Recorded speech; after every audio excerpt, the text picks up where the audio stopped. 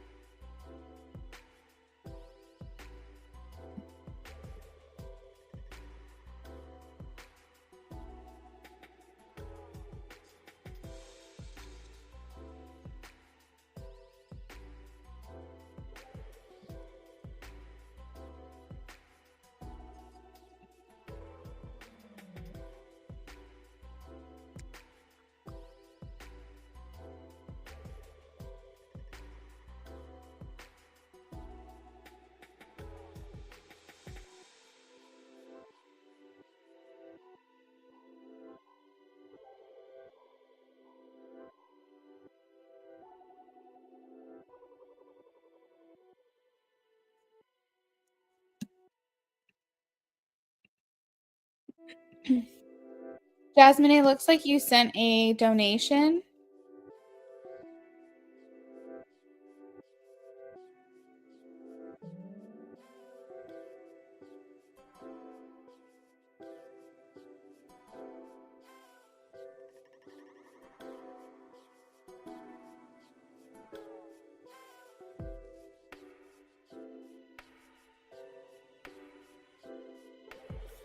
Perfect. It looks like a BOGO, so whenever you're ready, you can drop your questions.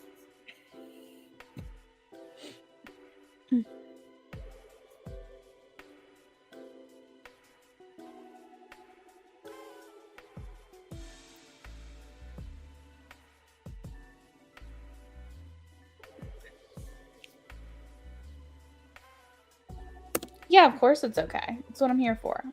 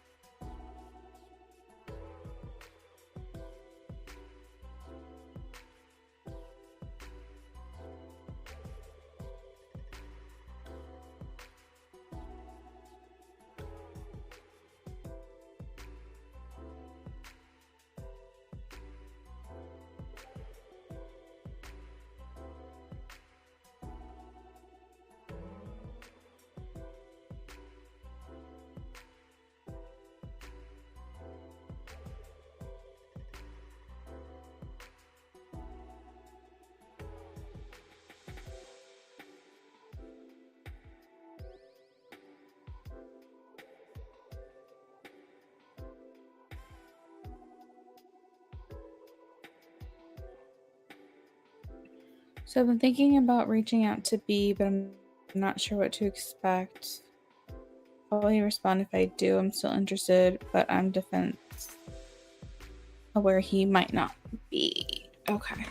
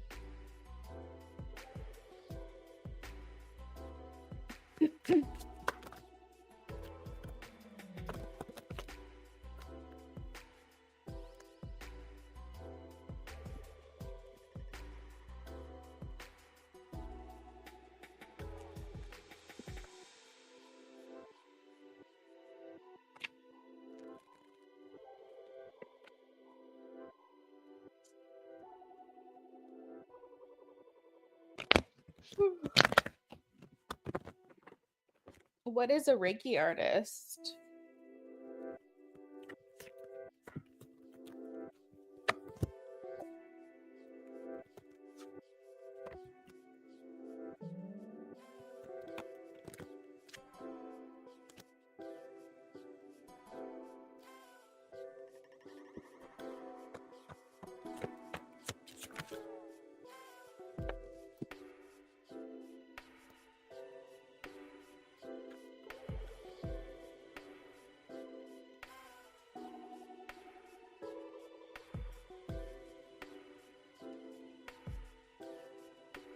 Um, oh, Reiki Master. Okay. I thought it was something different. Gotcha. Okay. Um, so I think your intuition is pretty spot on with this person. Um, the expression that ship has sailed comes to mind. I don't think that he would necessarily be like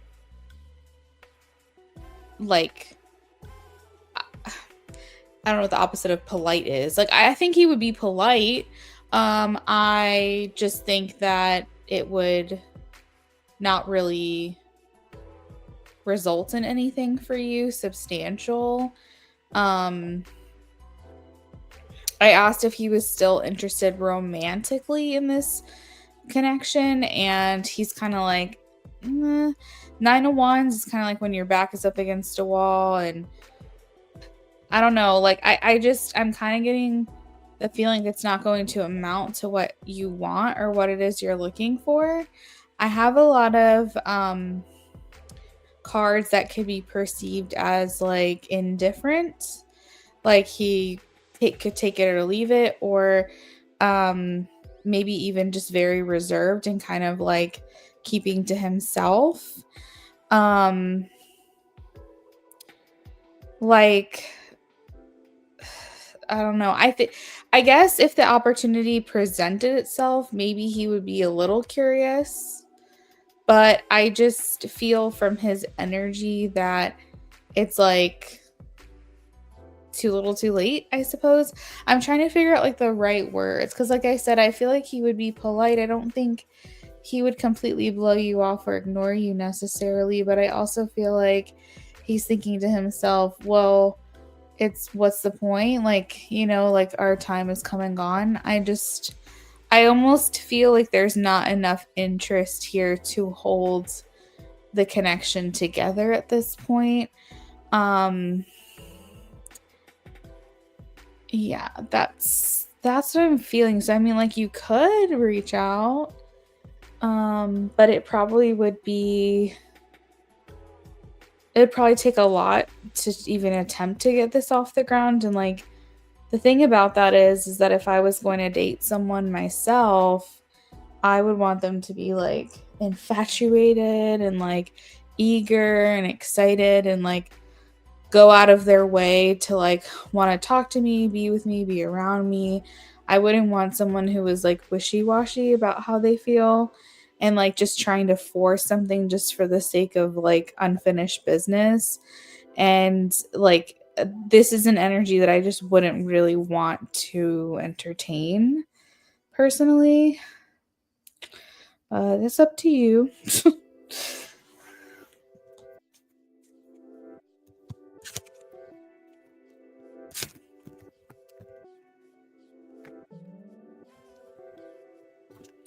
All right, let's take a look at your second question.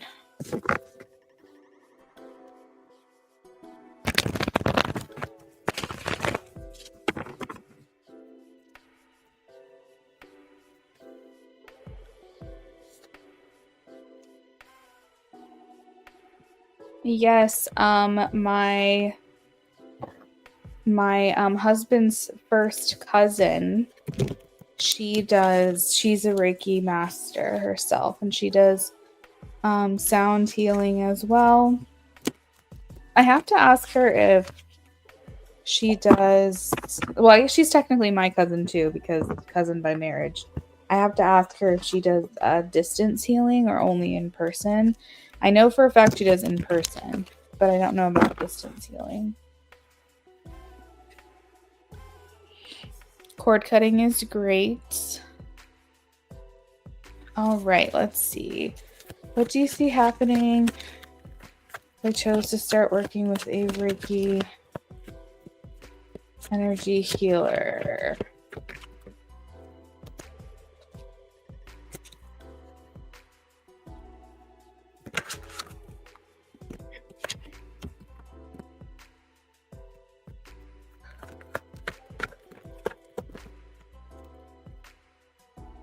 Oh my goodness.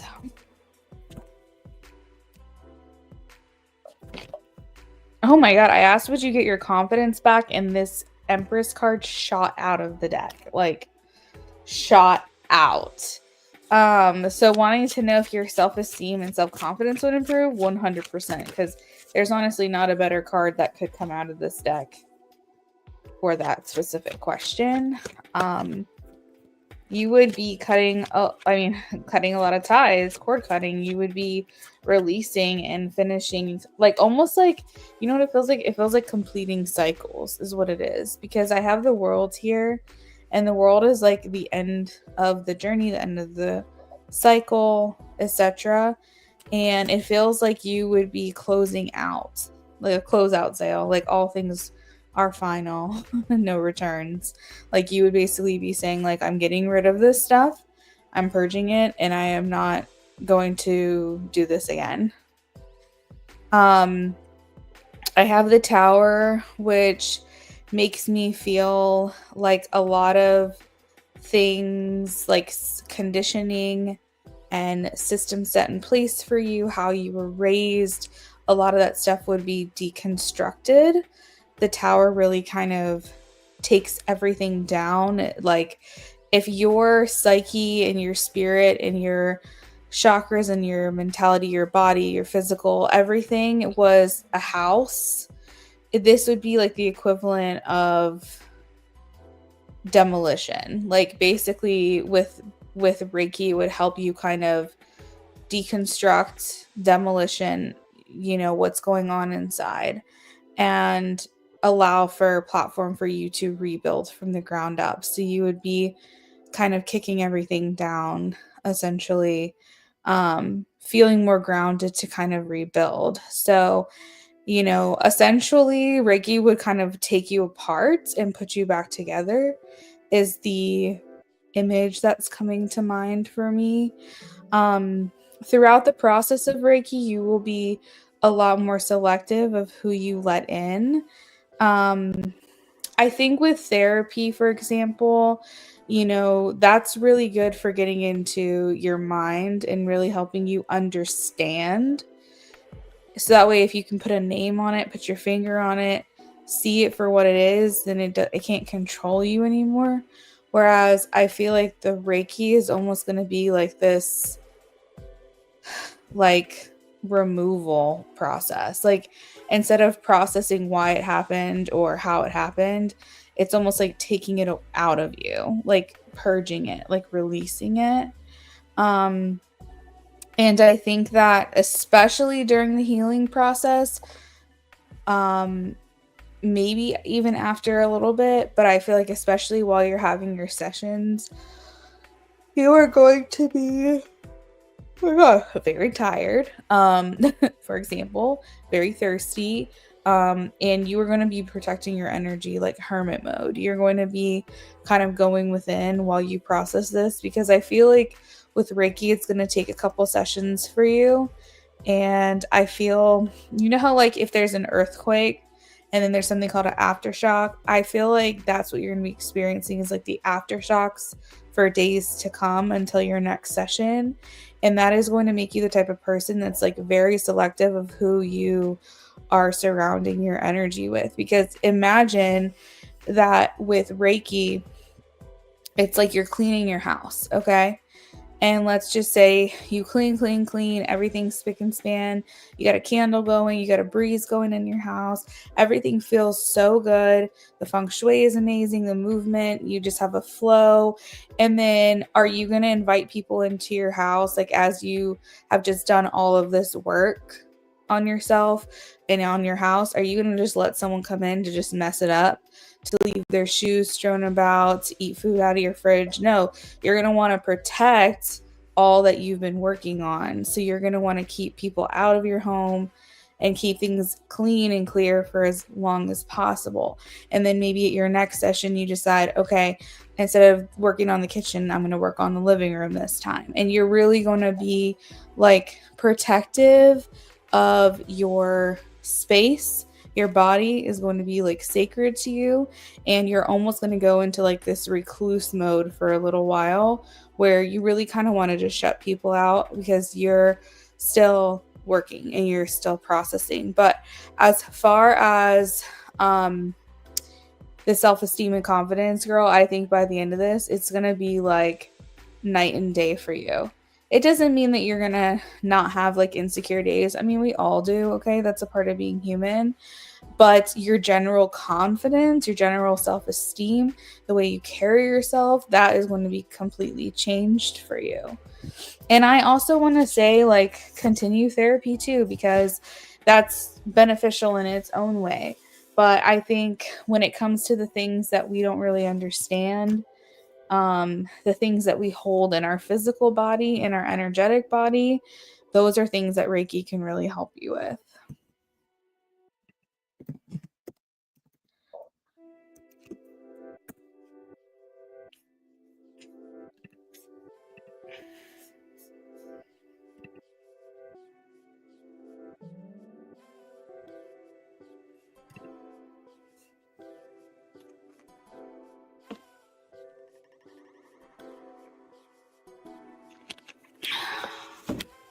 Makes so much sense. Do you have a time frame? I'm just curious. Do you have a time frame when you plan on starting that?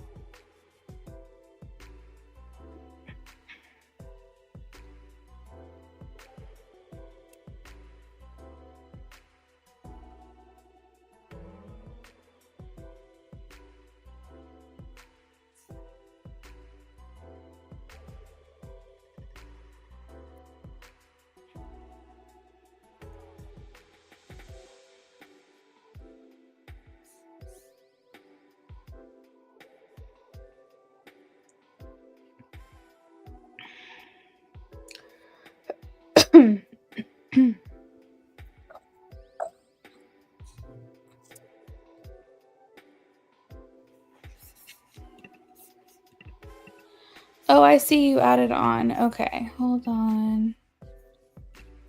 All right, you said as soon as I get more furniture in my new space, I outlined a budget because it can be kind of expensive. Yeah, that makes sense.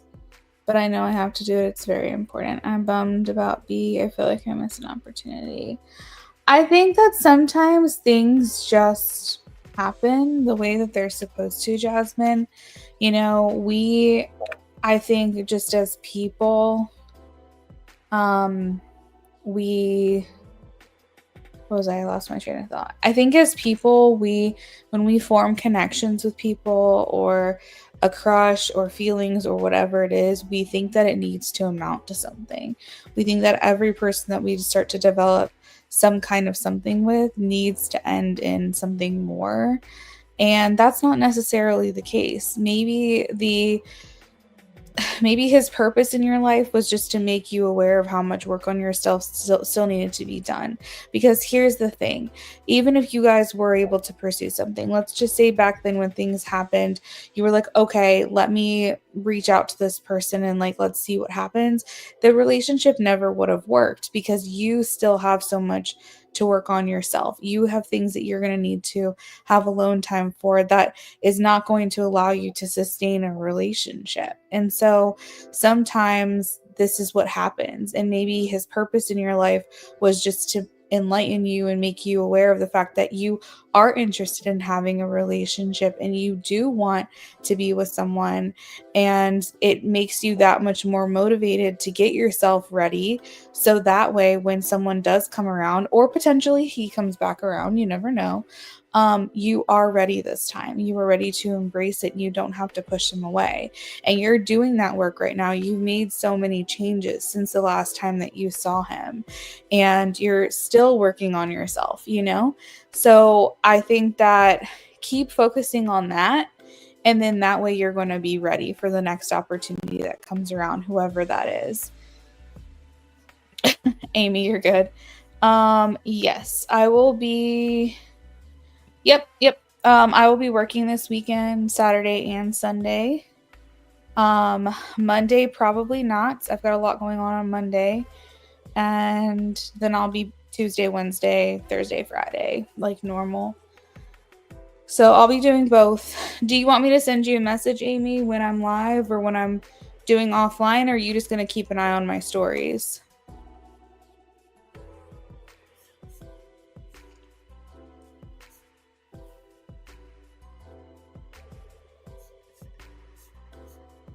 And the other thing, Jasmine, is better not to start anything with anyone while your mom still has access to you, because she could potentially ruin that for you. Like, you want to make sure that when you're starting a relationship with someone, you're on a clean slate, you're living your own life, and you don't have to worry about the interference of your family and the drama and all of that comes with that getting in the way of your relationship.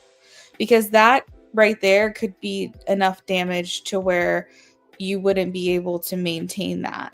And I think when you're starting a relationship with someone, it's best to set yourself up for success. Don't start in a deficit. Don't start in a place where things are already working against you. Thank you. That makes me feel so much better because I was really hurt. I know.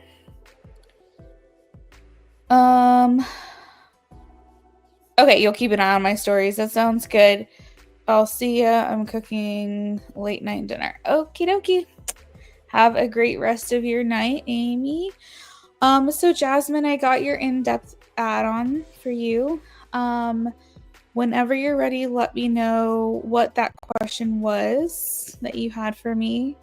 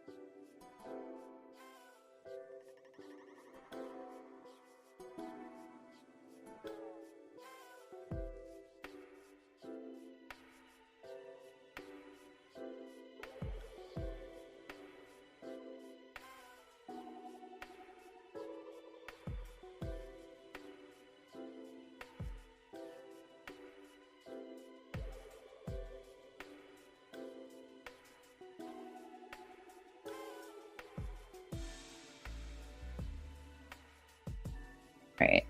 What do you see happening between me and B post me working on myself? Do you see it coming back around in the future? Do you see something better for me? I don't like his dismissive energy. So the dismissive energy you're mentioning, are you referencing the readings we've done recently, or are you talking, has he done something? Like, are you also picking up dismissive energy directly from him as well?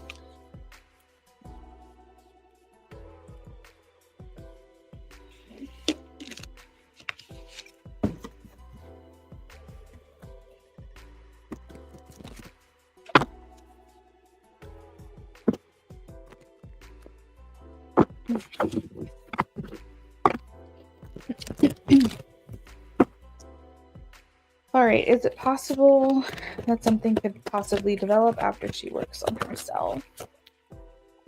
Is it possible something can happen after she works on herself?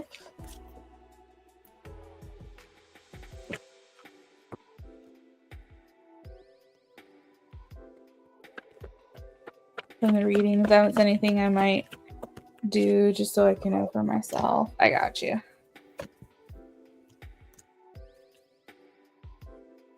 What would happen between them after she works on herself?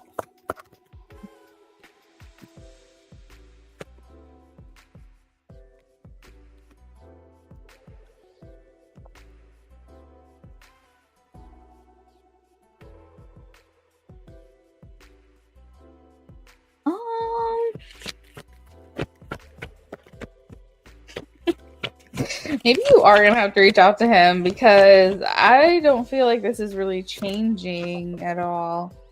I mean, I have the judgment card up right now instead of in reverse. So it indicates that there would be an opportunity for clarity, kind of like coming through with like transparency, essentially, like getting things off of your chest, maybe things that you've been wanting to say but never had the chance to. And like vice versa. Judgment is very much like the energy of, let's just kind of put everything on the table and be really transparent here so that we know where we stand. And if forgiveness is needed or understanding is needed, that's that card. And in the last reading, we were talking about if you were to reach out to him now, it was in reverse, meaning that you wouldn't get that. But after working on yourself, the card is now upright. So I feel like that at least has changed, an opportunity to come together and kind of have some kind of understanding, or like, what is the word I'm looking for? Like just level ground, basically, like just being on common ground with one another.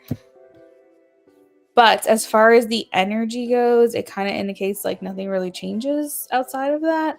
Um, so like he might have told you like, yeah, back then I kind of was, having feelings for you, or thought that maybe there could be something here, or yeah, you piqued my interest, or something like that. That way you can get that confirmation that you needed, and then you could kind of be like, yeah, same here. But at the same time, I don't necessarily know if that's going to change anything, because I feel like he would be speaking more to the past than a desire for anything moving forward. The Hangman's very much like in a pause. It's like whenever I see the Hangman, it makes me feel like nothing's going to really go anywhere. The Emperor also is the energy of like nothing really changing, because the Emperor is very very consistent, very, like, think about the Emperor as like a dad, okay? Like most dads kind of have routines. They have foods they like, they have things they like to eat and drink and do, and that's pretty much it, okay? That's kind of the Emperor energy, is like the father energy. So if we're talking about the energy of like what could happen after you work on yourself, it's kind of like nothing's going to really change. Like this is how it is. It's kind of like set in stone, creature of habit. That's how it's going to go. I asked if anything was possible to happen, after you better yourself, and I'm getting death. I'm getting Seven of Swords. I'm getting Two of Pentacles, which is very, very wishy-washy, and the Page of Cups. So it's like there may be a little hope here for that. Like there may be a little bit more, like almost like your chances or percentage of something happening does increase. I just can't say it's anything substantial I don't feel confident telling you that. Like, I don't feel confident telling you that it's like, oh, this is going to change everything. Maybe he needs to work on himself too. Or maybe he's seeing someone. I don't know what's going on with this guy. Um, I just feel like most likely not. Never say never, but most likely not.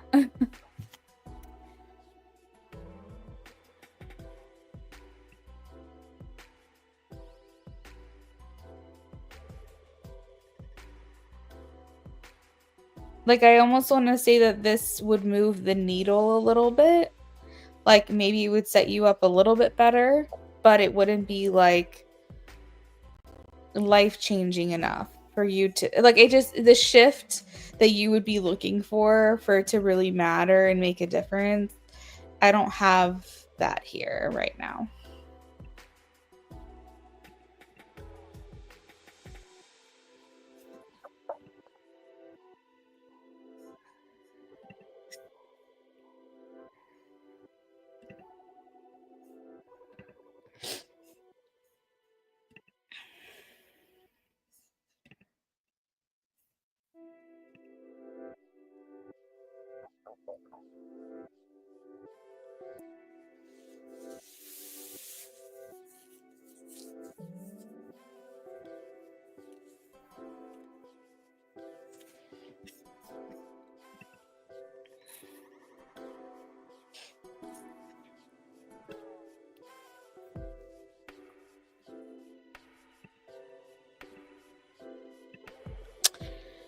He may not be interested.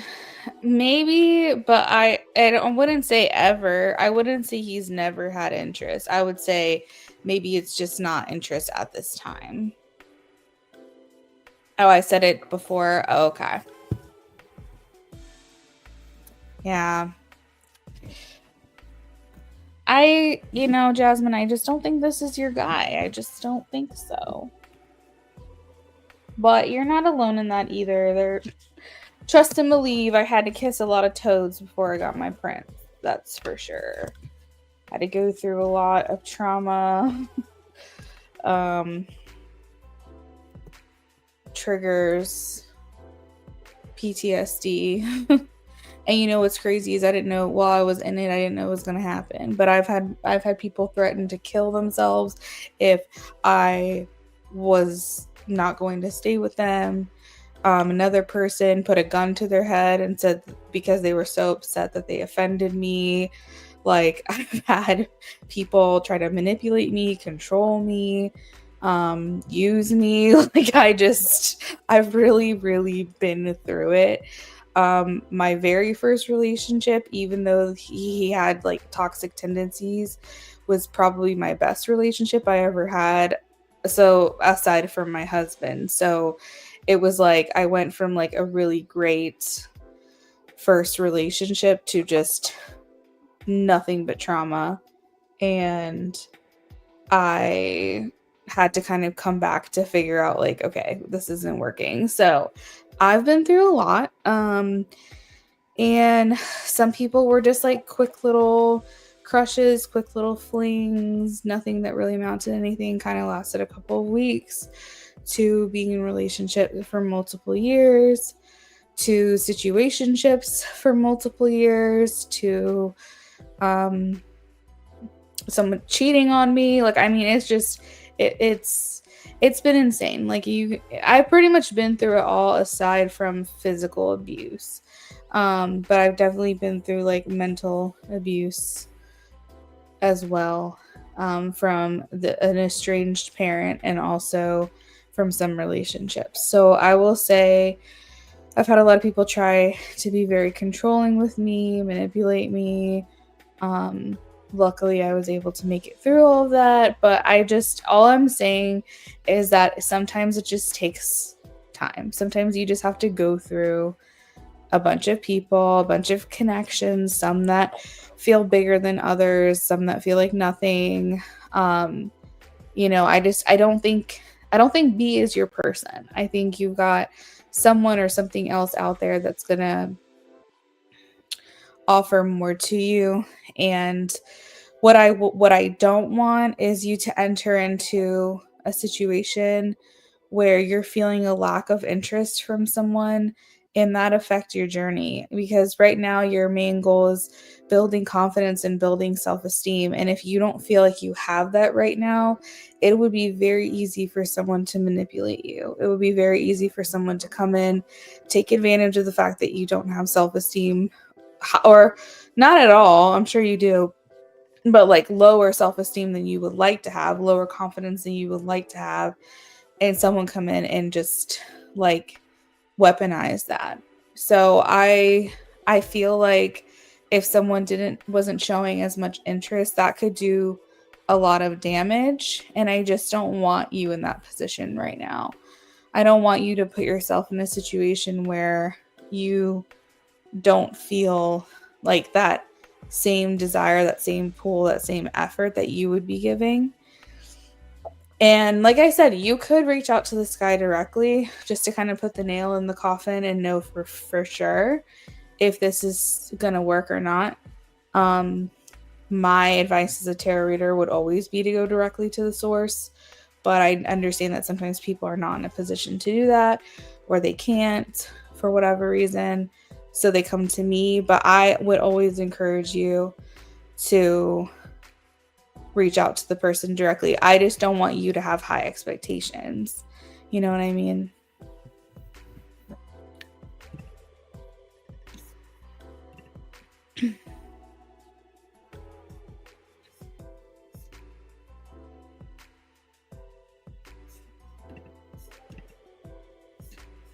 Yeah, it's just a lot of psychological warfare. Like I just no way. And then, you know, to kind of like ease into like my relationship that I have right now, when we first met, it was like night and day. I could just tell, like, he just was so attentive, and he literally would drop anything to see me, come help me. He followed through with everything he said he was going to. What I said to him mattered. We were very attracted to each other. He made the effort. He, introduced me to his family before I even introduced him to mine. We really took the time to get to know each other over a couple of months. Then we made it official. And now we're about to celebrate our 10-year anniversary, and we're married, and we have a house, and we built a life together. And I wish for any advice that I could give, if I could go back to my younger self, is like, just don't waste your time, because the right person, it's never going to be a question. Like, you're always going to know that's the person for you. I know, I can't believe that either. We are coming up on our 2-year wedding anniversary and 10 years together. It's wild. But when I look back, I think it makes sense. 10 years makes sense. We've done so much in that time. So, yeah, no, and I really appreciate that. Thank you. But I say all of this, Jasmine, just because I wasted so much time on the wrong people.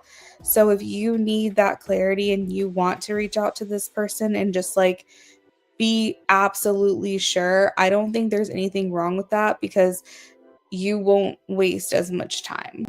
You will have that clarity you need, that understanding. You will get what you need out of this, and then you can decide, am I moving on from this person or not? Because my advice to any person would be to not waste time, to notice the red flags, understand the lack of interest or effort, and don't settle. Like, that's my advice. Because when the right person comes along, it's like, what was I doing? What was I thinking? I wasted so much time, and you're only getting older. Don't waste your best years on the wrong person, you know?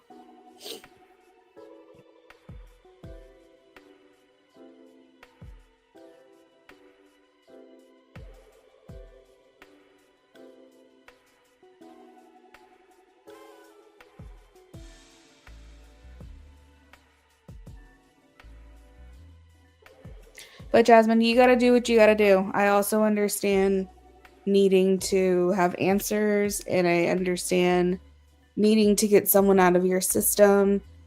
And so if you're still thinking about him, more power to you. If you want to reach out, there's nothing wrong with that either, you know? I see. Okay. Yeah, whenever I'm gonna be here tomorrow, or hold on, let me think. I'm working this weekend for sure. I'm working both Saturday and Sunday night. I just don't know if they're both going to be live streams. I think I might do a live tomorrow and then maybe offline on Sunday. I don't think I'm going to be here Monday at all. And then I should be here Tuesday, Wednesday, Thursday, Friday. So if that channeling you want to do on a different day, you'll see me a few more times this week, but that's up to you.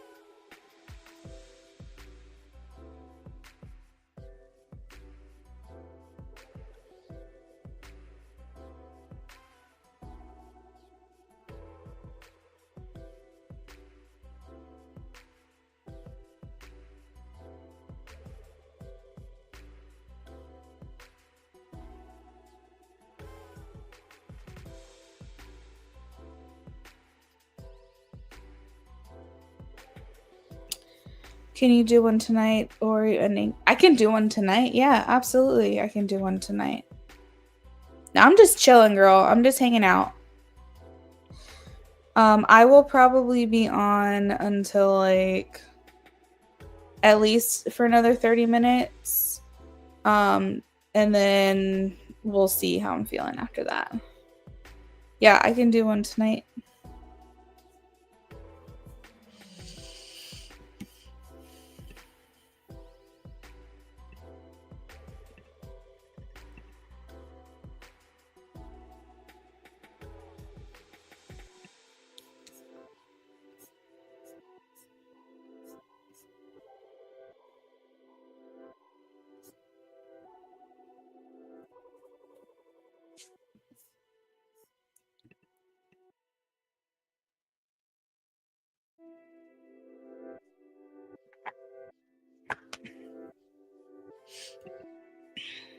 Okay, so I just got it. So channelings can take anywhere from like 10 to 15 minutes. So you'll just have to bear with me. Did you want a copy of this channeling sent to you?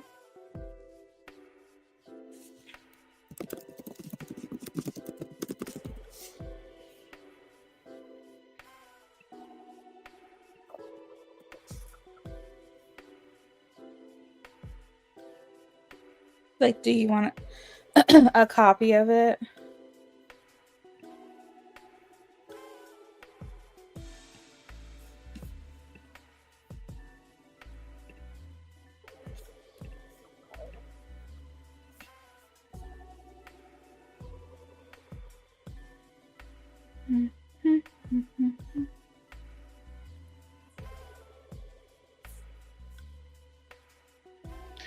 Okay, so what I'm going to do then is get this completed, and then I'll make sure you're in the chat before I read it out loud, so that way you have a copy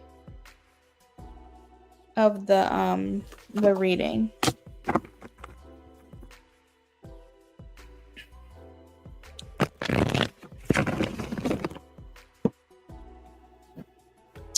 All right, let me post this. Working on channeled message. Donations still open for a little while. Okay, so I will be monitoring the chat, but I'm going to be on mute while I do this. So feel free to go grab yourself a drink, bathroom, whatever, and then I'll be back. I'll come in when I'm like halfway done and let you know, and then when I'm done, I'll let you know.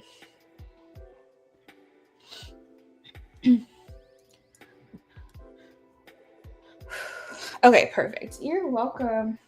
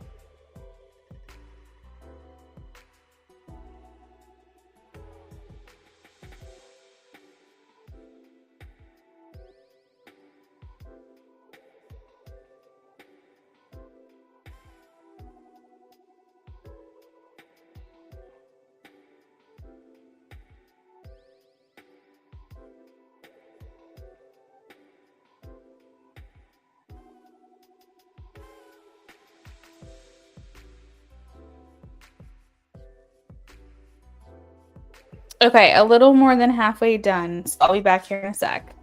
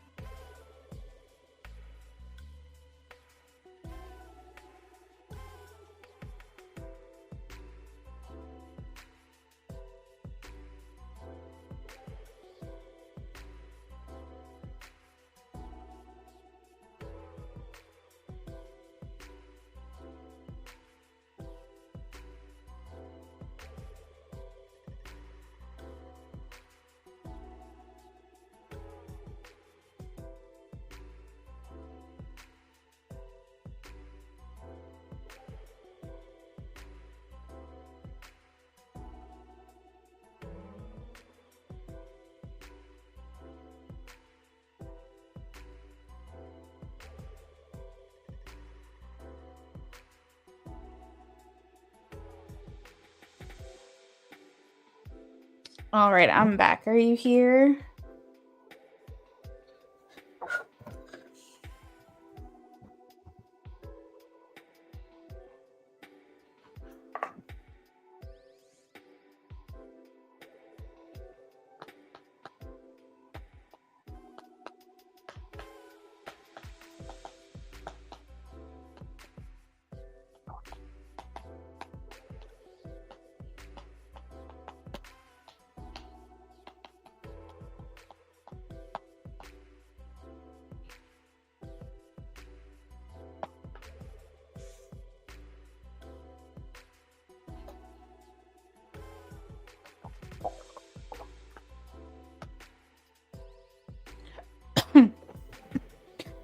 You're nervous. Oh my goodness.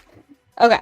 So he says, when I think of you, I think of someone who doesn't realize how smart and real they are, someone who was never told their worth.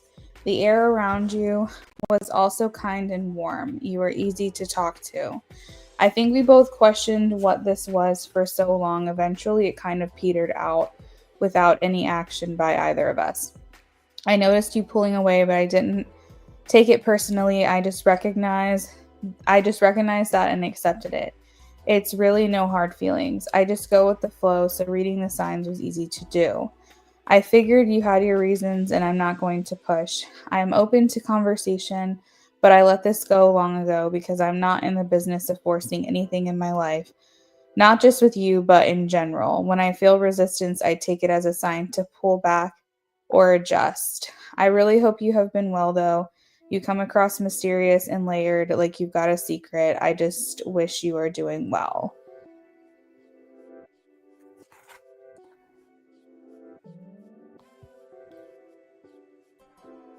It seems like he thinks positively of you. It seems like he just felt like you were almost like a puzzle, like he couldn't really figure you out.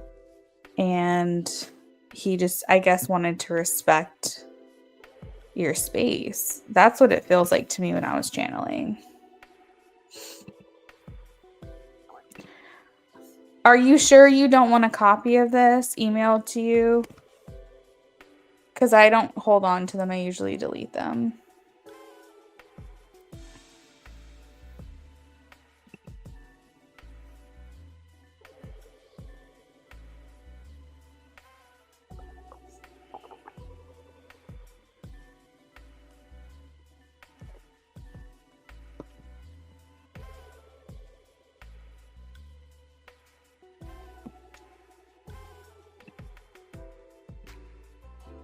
Okay. Yeah, totally. I just need to know what your email address is. Once you send it to me, you can delete it if you want.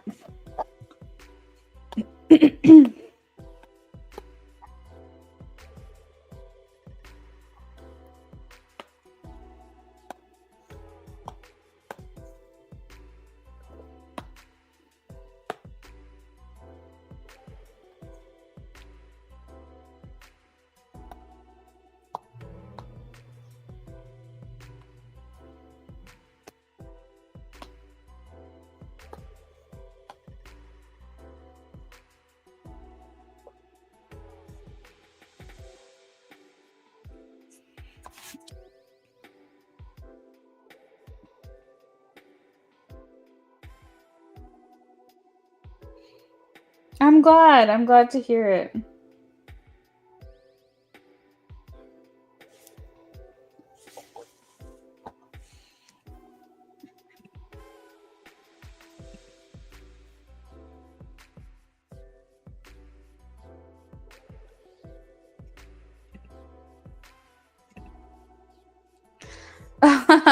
You thought it was gonna be worse.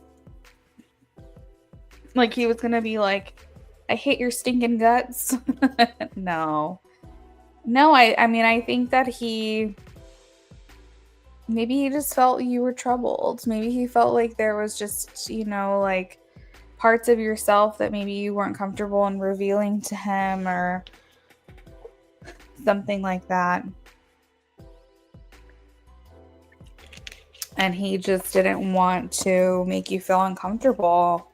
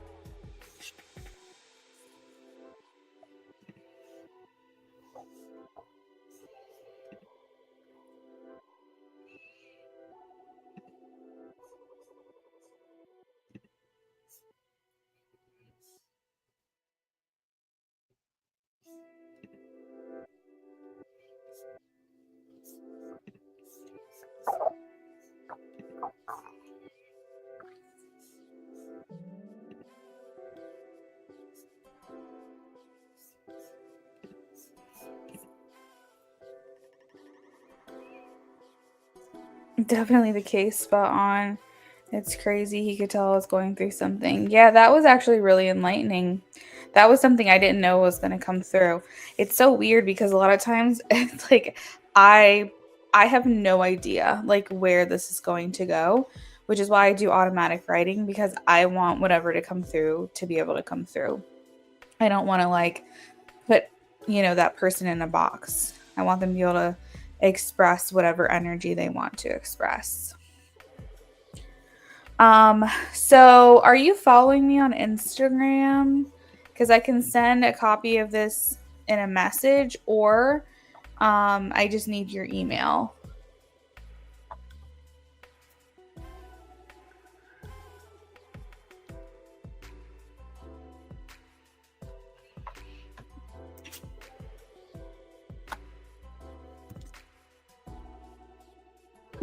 But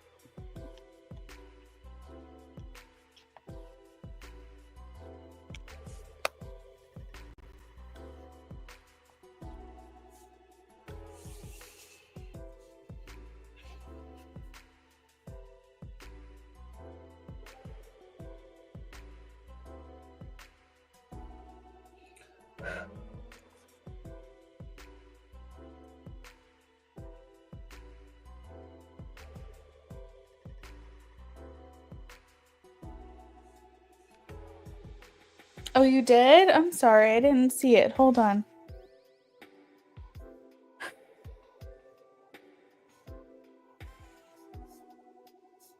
All right, so I see you said, yes, I'm nervous. Oh, that's not bad. Interesting. Dilemma. Yes, you can send me a copy. I'm actually not sad. I thought it was going to be way worse. Definitely the case spot on. It's crazy he could tell I was going through something. For some reason, the email is not going through. Try again, and if for whatever reason it doesn't work, then you can email me and I'll just reply with a copy.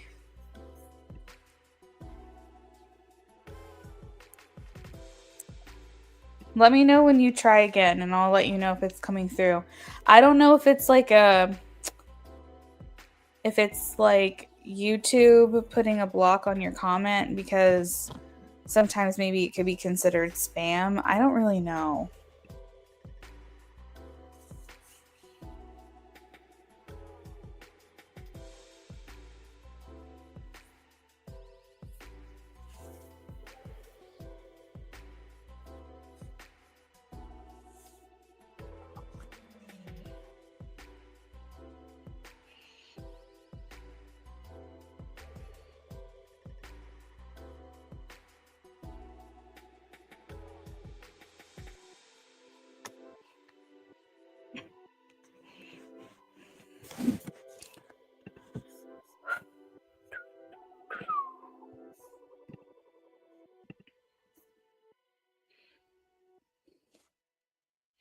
All right, I got your email. That works.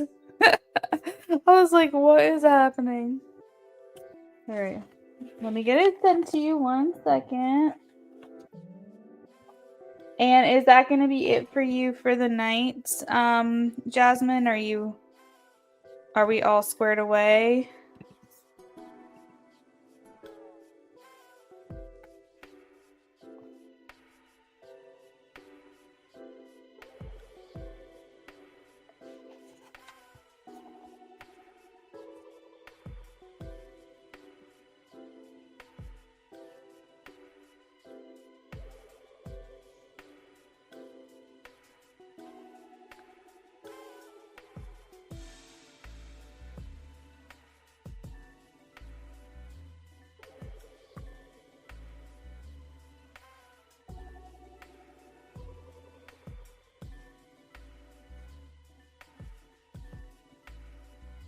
Perfect. Okay. So it says that it's sent. So you should have that in your inbox any second now, okay?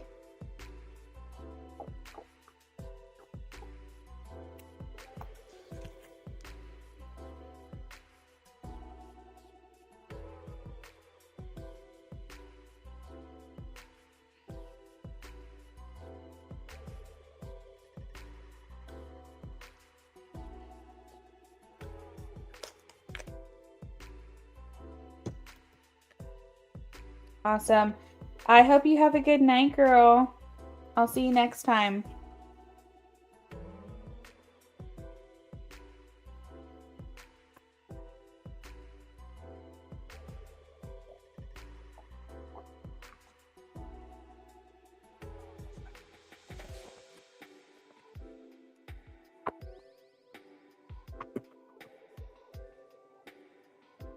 You're welcome.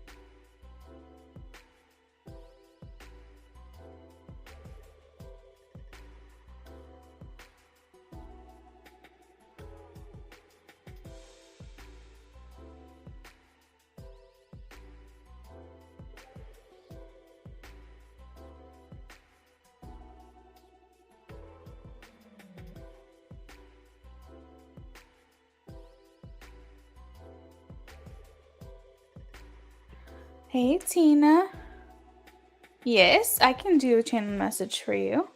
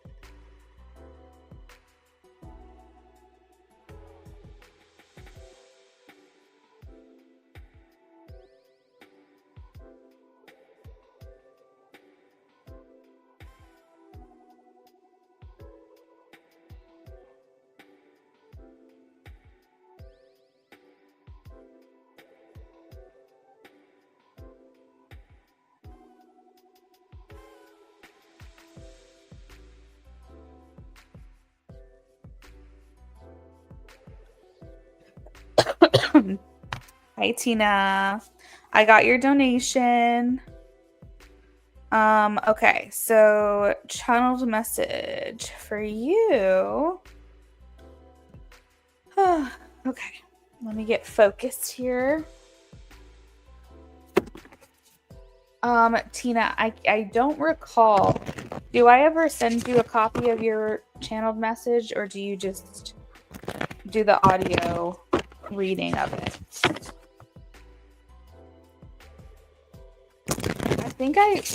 Hold on. Actually, I think we have a message thread going on Instagram. Maybe I can send it there. Let's see.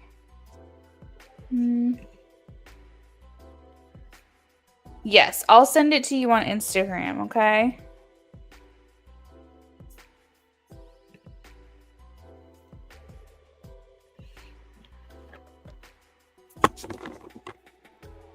Okay, perfect. Thank you. All right, so give me about 10-ish minutes, maybe a little longer, depending on how this goes. I will come back on. I'm going to be on mute, but I'll come back on. I'll let you know when we're about halfway done. And then once we're done, I'll get a copy sent to you and I'll read it out loud, okay?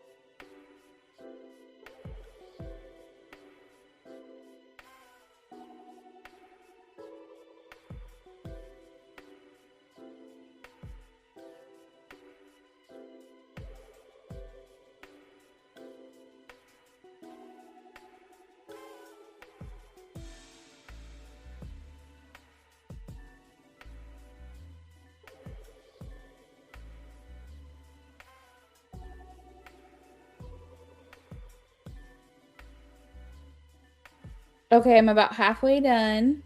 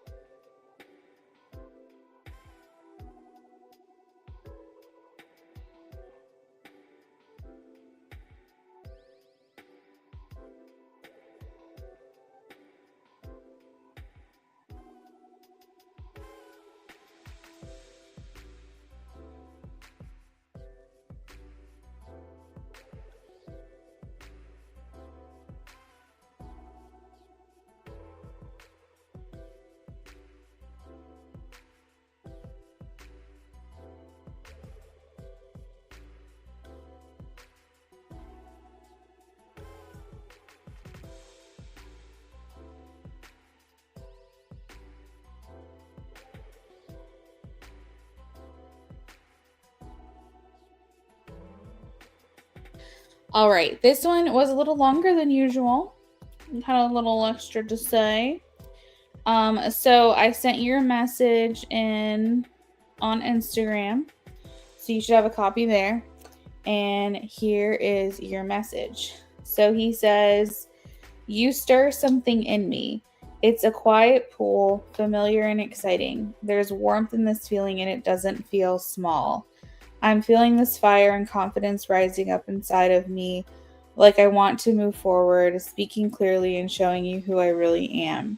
I know I keep a lot to myself, and I can almost see it on your face. This desire to want more from our interactions, like a lingering or a longing for me to finally give it up and cop to my feelings for you. It's not that I don't trust you, I just needed time to understand what's going on and growing here. I'm thinking balance is good. Allowing this to unfold at its own pace is the best plan. I'm not in a hurry, but I'm not asleep at the wheel either. I feel something real when I think of you, and that matters to me."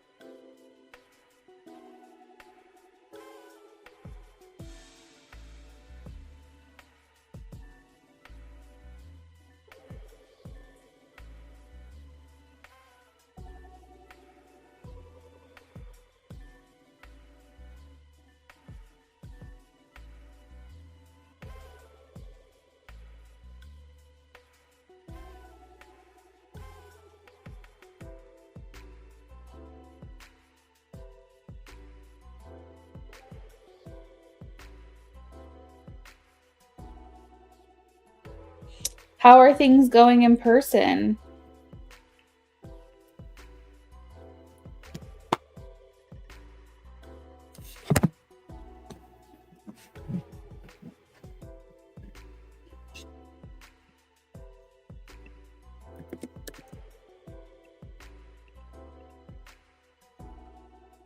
Oh, yay! I'm so happy to hear it.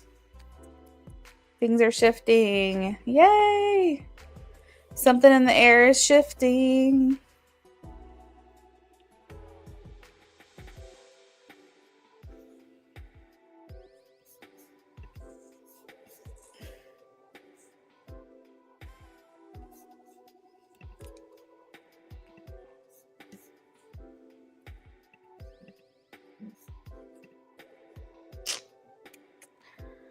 So, Tina, that is what I've got for you, friend. Does that conclude what you needed from me tonight?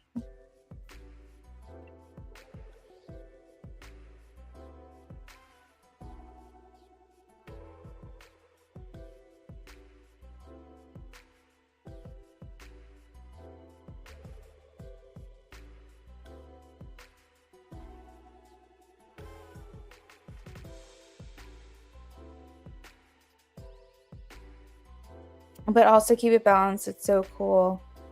Really well in person. He's looked for reasons to reach out. Don't you love when you can see that? Don't you love when you can feel like they're trying to find reasons to connect with you? It's like very obvious, but it's also very reassuring. Aw. Hey, lovely. Yeah, it was bang on. Good. Great. I'm so happy to hear that. You're welcome, Tina. I hope you have a wonderful rest of your night. It was good seeing you. All right, so I'm going to let Lovely donate, and then after her, we're going to go ahead and close the list.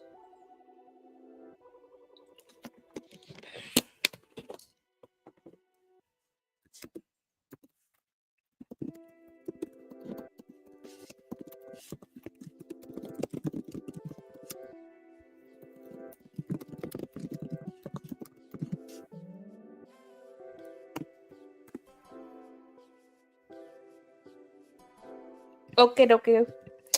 Sounds great.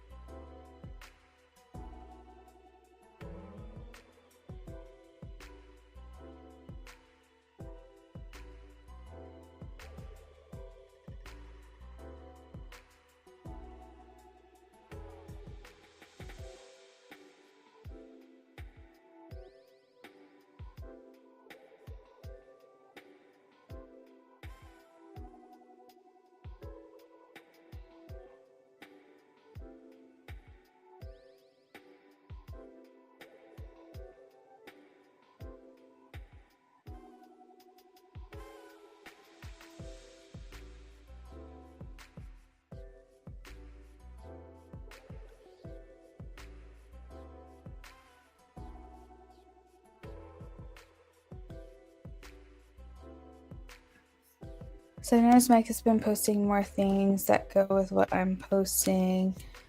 Like I posted that my sister was teaching me about football, and suddenly I saw him posting about football.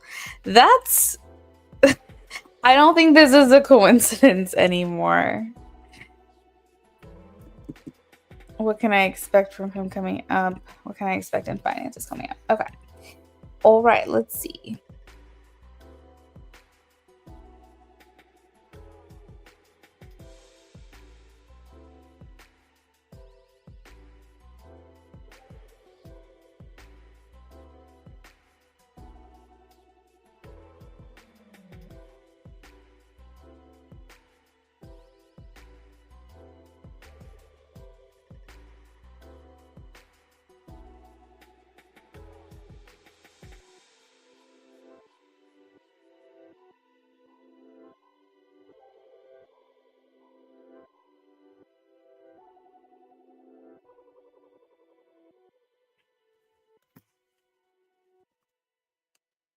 Lovely. Do you still use StreamYard?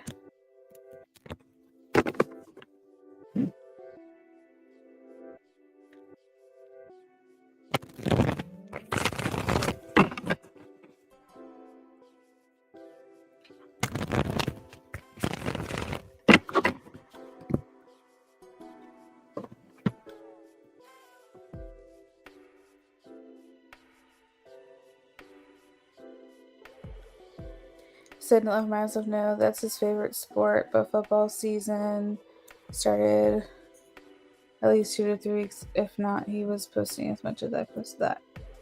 I used it the other night. I tested to see how good it went smoothly. Okay, good. I was gonna say they have like a QR code section now. I'm trying that out tonight. Granted, most people use their phones to find me, so they probably won't even be able to use the QR code part of it because they're already on their phone. But I thought that was a cool feature. And there was something else. I'm trying to remember. I'll think of it. But there was like another feature too that I thought was cool. But I can't remember now. Good. I'm glad. I'm glad to hear that.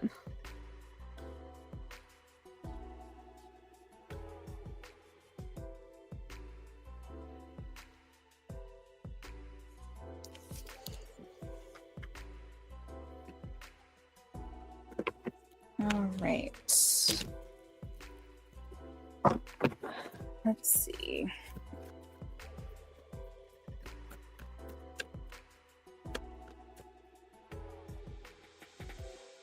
Like, I feel like him posting has to be intentional. And you know what's really funny, Lovely, is I'm also wondering if maybe like some things that he does honestly are just like happenstance, and then when he sees your stories he's like, oh shit, she's posting the same things as I'm posting. Maybe he's also having the same feeling. Maybe sometimes it's intentional, right? But maybe sometimes it's just coincidence, like it's just something that happened, and he's probably feeling like these are signs for him too as well. I saw a few newer features I'd never used. That banner you use.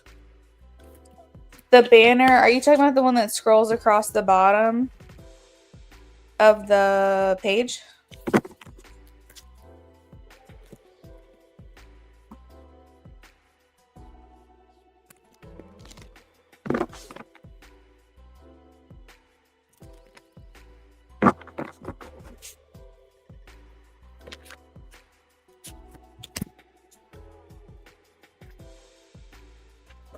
Oh, nice.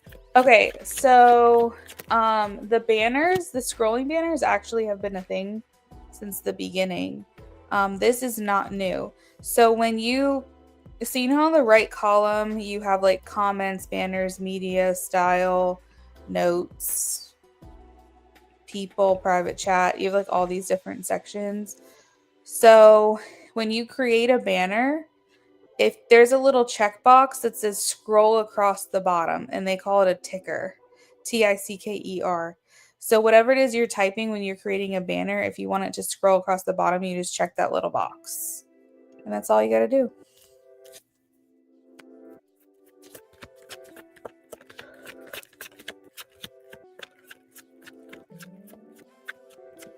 Yeah, it's pretty cool. But I was like, hey, I'm going to use all the features that I can.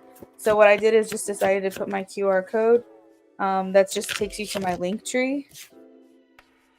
Because if someone happens to be watching, like, let's say on their iPad, they could still use the QR code on their phone or vice versa. So I was like, hey, why not? It might not be like super useful, but it might be convenient for some people. So yes, that's why I like it too. And also I like it because if people delete their comment on YouTube, I still have it on StreamYard. So it's like they can't say, oh, I didn't say that or whatever. Like, I'd be like, it's literally right here. I've got it. I've got it on my end. There are some features that they add where I'm like, that's not going to work for me. But I could also understand, you know, that it works for other people because not everyone does what we do on StreamYard.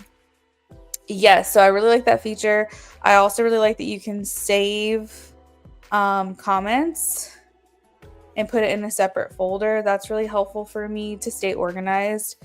With StreamYard, I don't really feel like I need a moderator at all. And then, oh, I know what the other feature was that I was going to say. So it's recent. It's within the last week or so, I would say, that I've noticed it.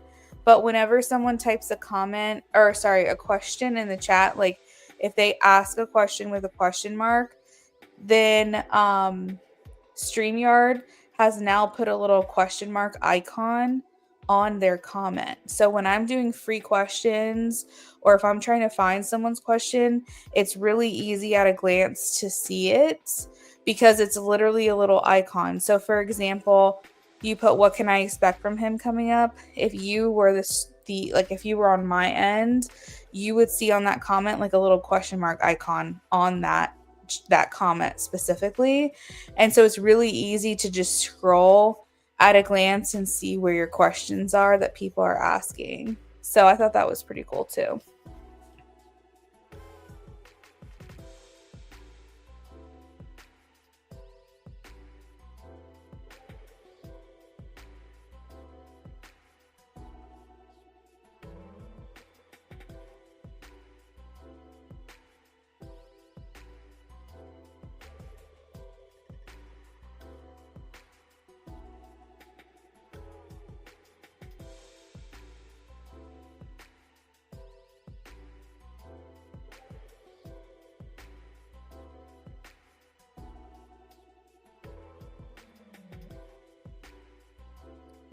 And I love that we can highlight the question and it shows on the screen. People can find the readings easier. Me too. Because there's nothing worse than someone being like, okay, I've got to go. And I'm like, okay, I'll timestamp your reading. And then I've got to go back and add that to the comments. That drives me crazy. So, yeah, exactly. I'll be like, okay, I'll throw your comment on the screen. Like, when you come back and watch the recording, just look for your comment. Yeah, you'll see it. It's like whoever asked a question, I think that they have to type with a question mark specifically.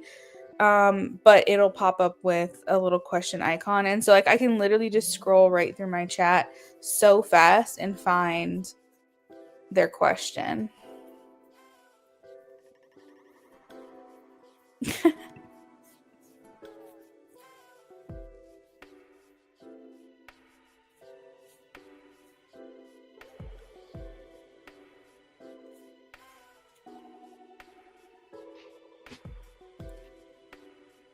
All right, so I just pulled your cards. I'm looking into the energy here. Me too. It's really cool. It's really cool.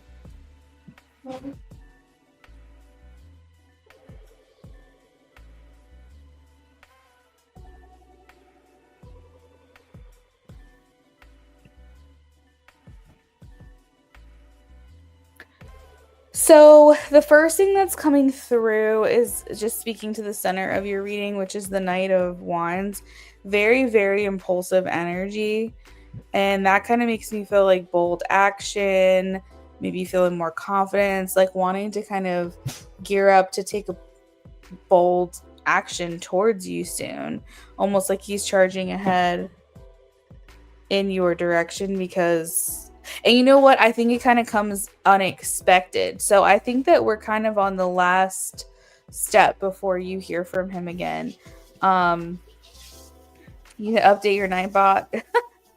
Yeah, Nightbot, I got a love-hate relationship with Nightbot sometimes.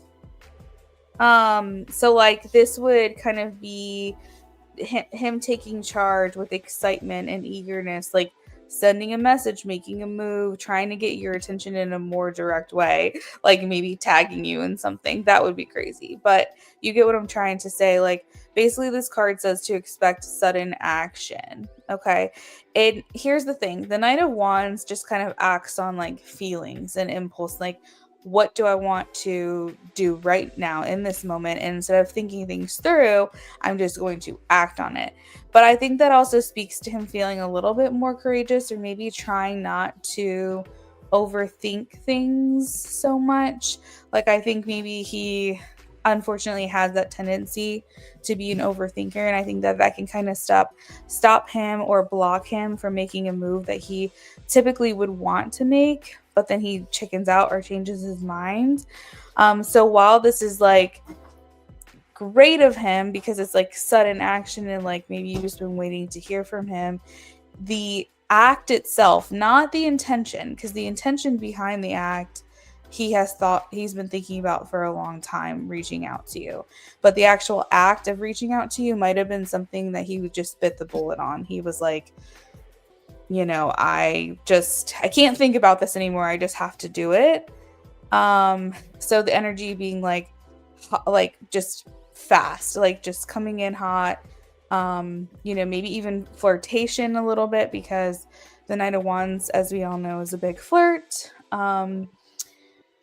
That's what it feels like. But I feel like there are times where he's trying to get your attention. I have the Three of Pentacles in reverse. And like I said before, it kind of seemed, how would I say it? Before, when he was kind of doing this mirroring thing with you, it felt almost like inspired. It felt like he was like inspired by you, and he was just kind of taking like a note out of your book. But now it feels like he's trying to send a message. Like he's trying to engage with you in a meaningful way. He's observing you and trying to almost like, I'm almost starting to wonder if like lately, especially with the football thing, is like he is trying to kind of call on you. Like it's like his way of saying like, are you noticing that I'm doing this? Almost like a hidden thing between the two of you that only the both of you understand or would notice. I feel also like, he wants to show you that he has made a major internal change, that he's really gone through like a big transformation, that his behavior has shifted, and I feel like he wants to show you how he relates to you, how he expresses himself these days, because I have the death card here. Um, I think he's also looking for some type of collaboration on an emotional level. So, for example, the Three of Pentacles is in reverse. So he's saying, I don't want to be friends. I don't want to be acquaintances, friends, colleagues, peers, whatever. He's saying Three of Cups. I want an emotional connection with you. I want a collaboration on a feelings kind of level. I want there to be an understanding between the two of us that's social and engaging, and maybe he wants a friendship, but he doesn't want it to stop there, right? I feel like he wants to be friendly with you again. He wants to feel like he can communicate with you again, have lighthearted conversations with you, and let it allow it to lead to something more romantic if that's something possible. But he's saying, I don't want to be at a distance from you anymore. I'm kind of tired of that. I want to basically be in the know. I want to know what's going on in your life. I don't want to be living on the outside anymore. I want to be, in the know. He wants any interaction for you guys to number one, exist. He wants an interaction, period, but one that feels also very positive.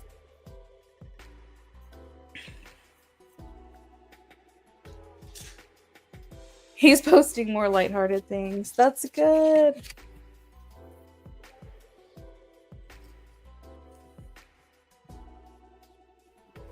So like maybe he's like, can we just get back to that?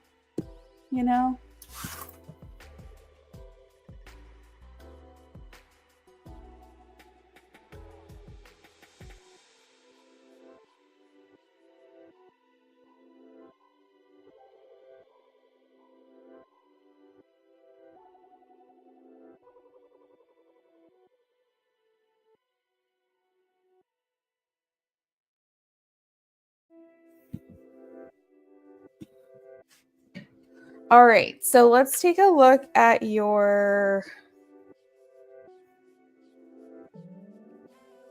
second question. Oh, you're welcome.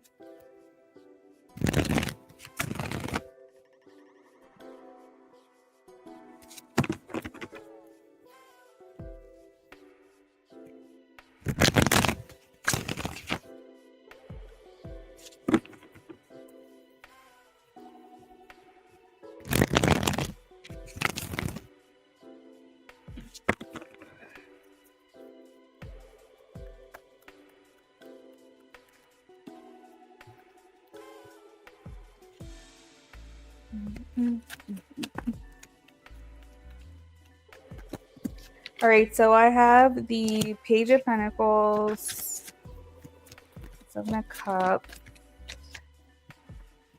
Yes, this is interesting. The message that I'm kind of feeling is so you're good. You're good. You do things that I don't do, okay? I start things and never want to finish them. All right? That's my problem. You, on the other hand, you get a lot of inspiration. You narrow it down and you say, this is what I'm going to do. I'm going to do this. I'm going to conquer it. And when I feel confident that I have achieved the highest potential of this one thing, then I will move on to something else. That's what I feel when I tap into your energy.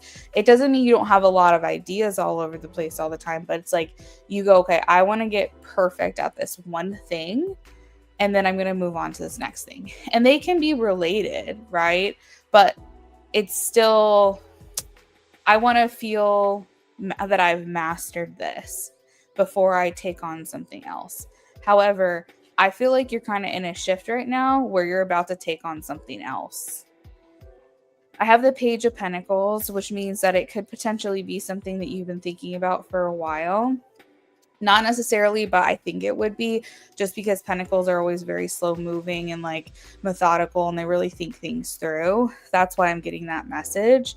But the Page of Pentacles here in this deck, because I'm using the Witch's Tarot, it shows a person who's like about to start on this kind of journey with their money. They got money in hand and they're about to use it to make even more money, almost like compounding, like compounding interest, or basically putting some money in and getting like a double return or a triple return on that. And the Page of Pentacles in this reading makes me feel like you're going on like an adventure. You're doing some kind of endeavor that's like something you haven't done before. And the Seven of Pentacles is kind of like little bubbles all around where, like, you know, you're kind of like, okay, that's a good idea, I'm going to put this aside. That's a good idea, I'm going to put this aside. Kind of like books on a shelf, right? And then once you feel like you're ready, you take that book down and you're about to read it. So it's like something that you have kind of tucked away, but like you're about to kind of pull back out and actually get started on it. I've been pushing myself to focus on one task at a time because I can jump all over the place. My friend was with me and she's like, girl, relax. I can understand that, like getting very, very overwhelmed, like trying to get things like task related. For you specifically, like I guess I meant career wise. I meant like financially. Like you let's just say, for example, let's just say, because you're in the hair business. So let's just say before you moved on to like balayage, you were learning maybe extensions, okay? You're not going to learn balayage until you've mastered extensions, or vice versa, or braids or something like that. Like I almost feel like for you don't want to like learn everything at once. You will if you have to, but you really want to get good and master one thing and say, is this for me or is this not for me? I want to know that I do this and I do this well. Once I know that I've mastered that, then I'm moving on to the next thing. So not necessarily like task related, but almost like the things that make you money. I feel from you that you want to kind of structure this a certain way. And until you feel like it's really kind of giving you what you want and what you're looking for, you're like, I'm going to stick to this thing until I see it all the way through. That's more of what I'm saying. You're creating self-taught manifestation courses. Your focus has mostly been on these courses. So to me, I feel like there's going to be a big return on this. I feel like you're tapping into a market that is not very concentrated yet. There's like a high volume of clients versus a high volume of companies that offer this. And you're bringing in like a very unique perspective. You're bringing in something different that other people haven't had. And there are people out there, don't get me wrong, that are offering manifestation courses, but I feel like you're doing this in a different way. Is it like customized or something? I feel like it's something more tangible, almost like you're breaking it down into something that's easy to understand. Because I think what the problem with manifestation is, with these courses that I've seen out there, it's a vague concept. You know, you're like, okay, I understand manifestation as a concept, but I need tangible ways to make things happen for myself. Like I need to know step by step what to do. I don't need to understand the theory of manifestation. I want to know what I need to do to achieve what it is I'm trying to manifest. And I feel like that is the course you're giving to people. You're giving them like a step-by-step guide. Like basically you're handing them tools instead of just this like idea that people are like, okay, yes, I get it, but what do I do with it? What am I supposed to do with it? And maybe becoming more accessible than these other places are. exactly how I am. I have to master to the highest potential. Exactly, lovely. And that's why I feel like you have mastered a lot of things and now you're moving on to this new adventure, which is not super new because you've been doing this for a while, but I feel like the main thing I can say about your finances is that it's compounded. Like that's all I keep hearing is compounded interest, and doubling or tripling your money.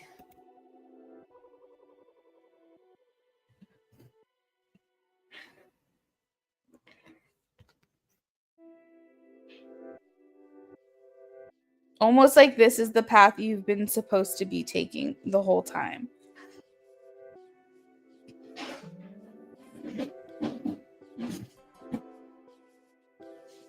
That's exactly what I'm doing. People will just say affirm, and there's so much more to it. I have a lot of 3D tools that help remove resistance. Lovely. And that is what people need. That is why you're making this super accessible to them, because you're literally going like, how does this person relate? How do they learn? How do they understand? Um, and that's so, for example, this is a little different, but like if I was going to teach tarot, for example, I wanted to teach someone how to tap into their intuition. I would say, are you a visual person? Are you an audible person? Are you a tactile person? Right. And maybe even create like a quiz for them that kind of shows where they lie. Oh, I'm 70% um, sensory and tactile, and maybe like 30% visual. Then I would create a course for them specifically for that, meaning that the things that I wanted to help them learn how to tap into their intuition would be partly visual, partly tactile. So they probably want hands-on learning. They want to feel the cards in their hands. So I maybe could say, okay, while you're shuffling, is anything coming to you? Is any And then for a manifestation course, if someone was like very visual, I would be creating a lot of video courses, video things, or steps to kind of help them visualize what it is that they want. If they're an audible person, I would be like, here's something to listen to. Here's different links for different things that might help you if you're a audible learner or an audible manifester, and kind of like break it down. That is something that people don't do, but that's what I would do if it were me. So I think that you offer something extremely unique, and that is why I'm hearing compounded interest. I'm hearing interest on interest on interest. Basically, like you will get a double or even triple return on what it is that you're doing right now, because there is a market for it. The demand is high because people know what it is now, but the companies aren't offering that unique thing that you are offering. And if you offer it at a competitive price because you said the courses are expensive, then that would be even better. And also, like, make sure, lovely, if you haven't already, this is just an idea, not related to tarot, but if you have something free to offer to someone, that's what I would do, and just to kind of grab someone, because if people start to trust you, which is also why you do really good through tarot, because people already trust you to get readings from, so they're going to trust you more to do courses. But if you're just some random off the street and this person's never gotten a reading from you and doesn't know who you are, offering something free to them that doesn't necessarily take money out of your pocket or give away all of your course secrets, but still gives them something so they can get familiar with you. One thing I learned in marketing is that someone really won't trust you until probably the seventh time that they have interacted with you. So if they get an ad about you and then they watch the video, the free video that you created, and then someone shared a link with them with maybe one of your manifestation TikToks. Okay. And then after that, word of mouth gets around and someone's like, hey, have you heard of this person? And then by like the seventh exposure, then that person will trust in you and buy that course. But multiple exposures are needed. And so if you haven't thought about that, I just wanted to tell you. Um, But I feel like what it is that you're doing is really original. It's an original thought.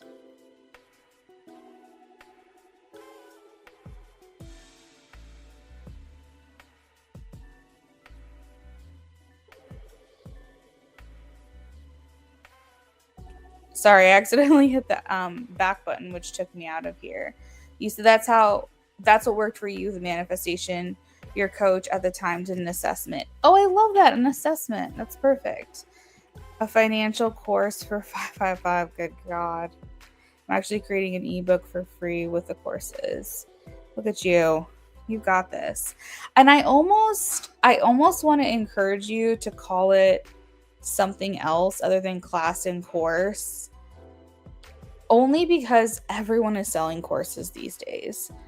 Everyone is like, you want to learn, take my course. You want to learn, take my course. And I'm just like, I feel like I'm seeing that everywhere. I feel like everyone's creating a course or a class. And if there's a different word that means the same thing that you can use, I would encourage you to do that. Just because you might fall on deaf ears and people might not even give you a chance just because they're hearing course.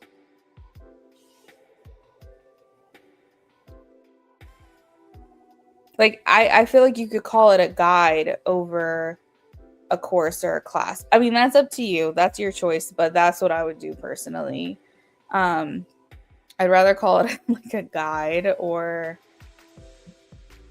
I don't know. I don't even know if there's another word for that.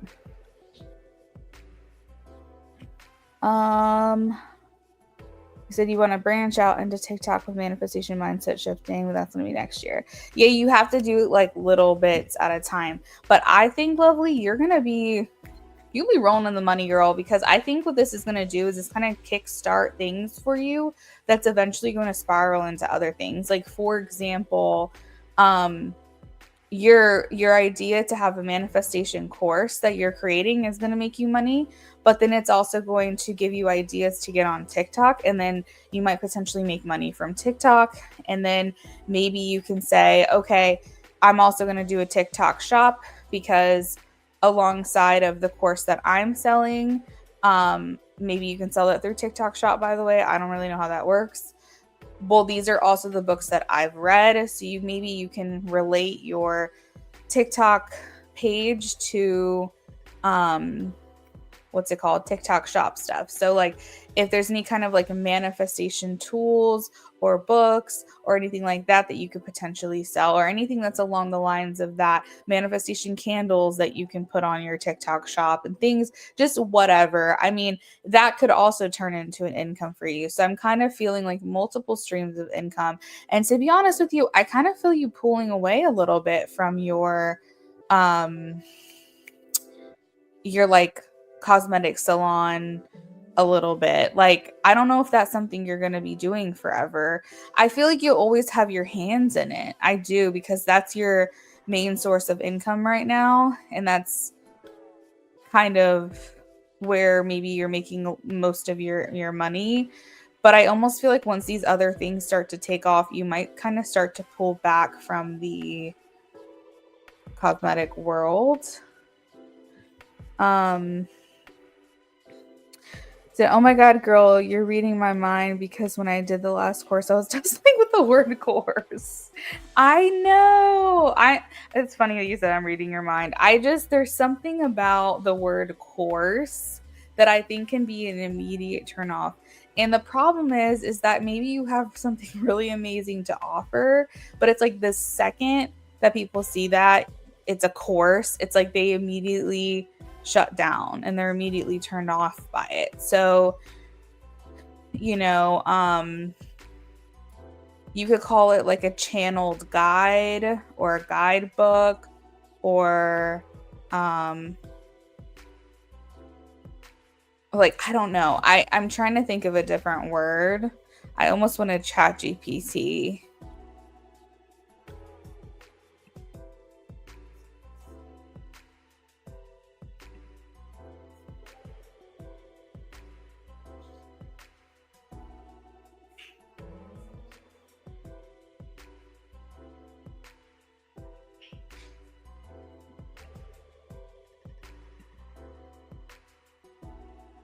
Thank you so much for the tips. They're very helpful. You're welcome. This is what I love to do. I want to be oh my god, a consultant. That's what I want to do. I want people to just pay me to give them ideas because I have so many of them. My problem is I'm a generator of ideas, and I am able to really see things as a whole to really help kind of um like filter out and kind of, I guess, like think of solutions to different like problems. I want companies to hire me because I feel like I can see how things work. And like if someone's like, this is not efficient, I feel like I have divine information that tells me how this would function better and how to make things more efficient, how to run things better. Like I always feel like people need to call me in, even though I have no experience, and be like, this isn't working. What ideas do you have for me? Because I feel very good in that place. And I know that there are consultant jobs out there where people literally get hired for this purpose, to just give ideas and brainstorm and think of ways to make things better. I'm really creative. I am like a wordsmith. I'm really good at words. I feel like I have that in me. It's just I never went to school for it. I never got a degree. I never got a background in it. It's like that's like a weird place to start. Is like, you just have to trust me. I have no experience, but you just have to trust me. Oh my god. But I want to, because I'm like, I have good ideas. You said you are gonna pull away, eventually retire, soon your body's in pain. I know it's labor intensive, friend. I know it. I know it. I've been there. I haven't done it as long as you haven't, like consecutively, but oh girl. You could even call it like a manifestation tour instead of a course or a class. You call it a tour. Um Basically you're kind of like, I'm taking you on a journey. I'm taking you on a tour of manifestation.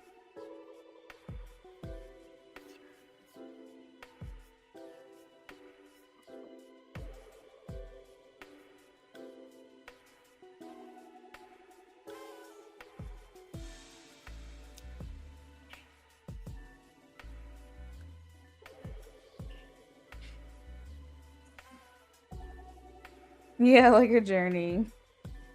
Said I'd make so much money. I know.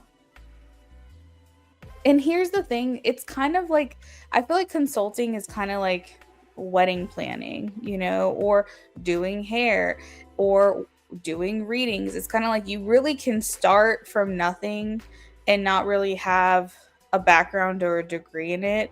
But the more you do it, the more you can build your resume, the more reviews you have, the more referrals you have, and eventually just kind of like takes off. But I would need a company to trust in me. My brother, he has a coffee shop, and like he's always reaching out to me like, do you have any ideas about this or any ideas about that? Or he was like talking about entering in a partnership for another one of his businesses, and he was sending me a list of all the questions, and he was like, can you tell me if there's anything I'm not thinking of? Like, does anything, have you thought? I'm like, have you thought of this? Have you thought of that? And he's like, oh, that's a good idea. And, he would probably be my starting point because he has consulted with me on a lot of things and ideas. And some he takes, some he doesn't. Some things I'm kind of like, I think this would be really good for your shop. I would love to be his social media manager. But he's in Connecticut. And unfortunately, to be the kind of social media manager he would need, I would need to be more hands-on. I would need to be able to create content. But I love creating content. I love editing videos. Editing is like one of my favorite things to do. That's where I could potentially start, but I feel like it's a little out of reach right now. Just put yourself out there. You'd be surprised. But like, just ask me questions. Pay me and I'll answer your questions.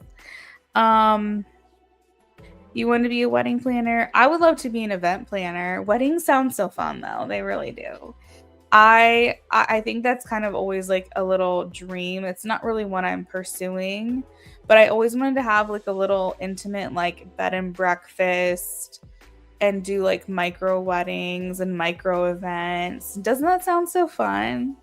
I think it sounds amazing. And also the fact, lovely, that like you can do hair, so you could potentially hire like a bridal team.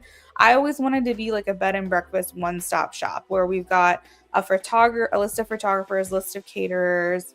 We can do hair and makeup on site and do like an a la carte thing and create like packages and do it for like micro weddings and keep everything under like $7,000 or something. Just something fun like that, I feel would be just a dream. I think that would be just the best time ever.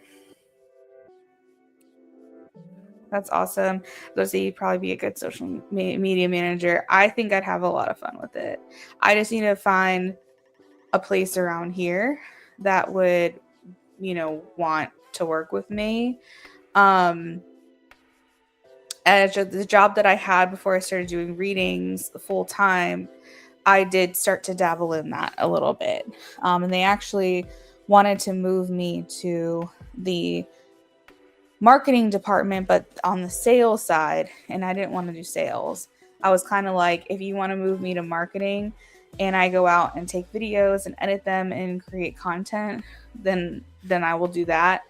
But there's a marketing manager and she was already doing that. And that probably is what she wanted to keep doing. And I was like, I don't want to be sales. I don't want to be on the phone. They're like, you'd be really good at it. I'm like, yeah, of course I'd be good at it, but I don't want to do it.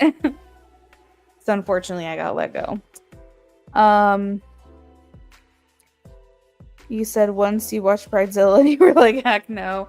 Yeah, that would be stressful.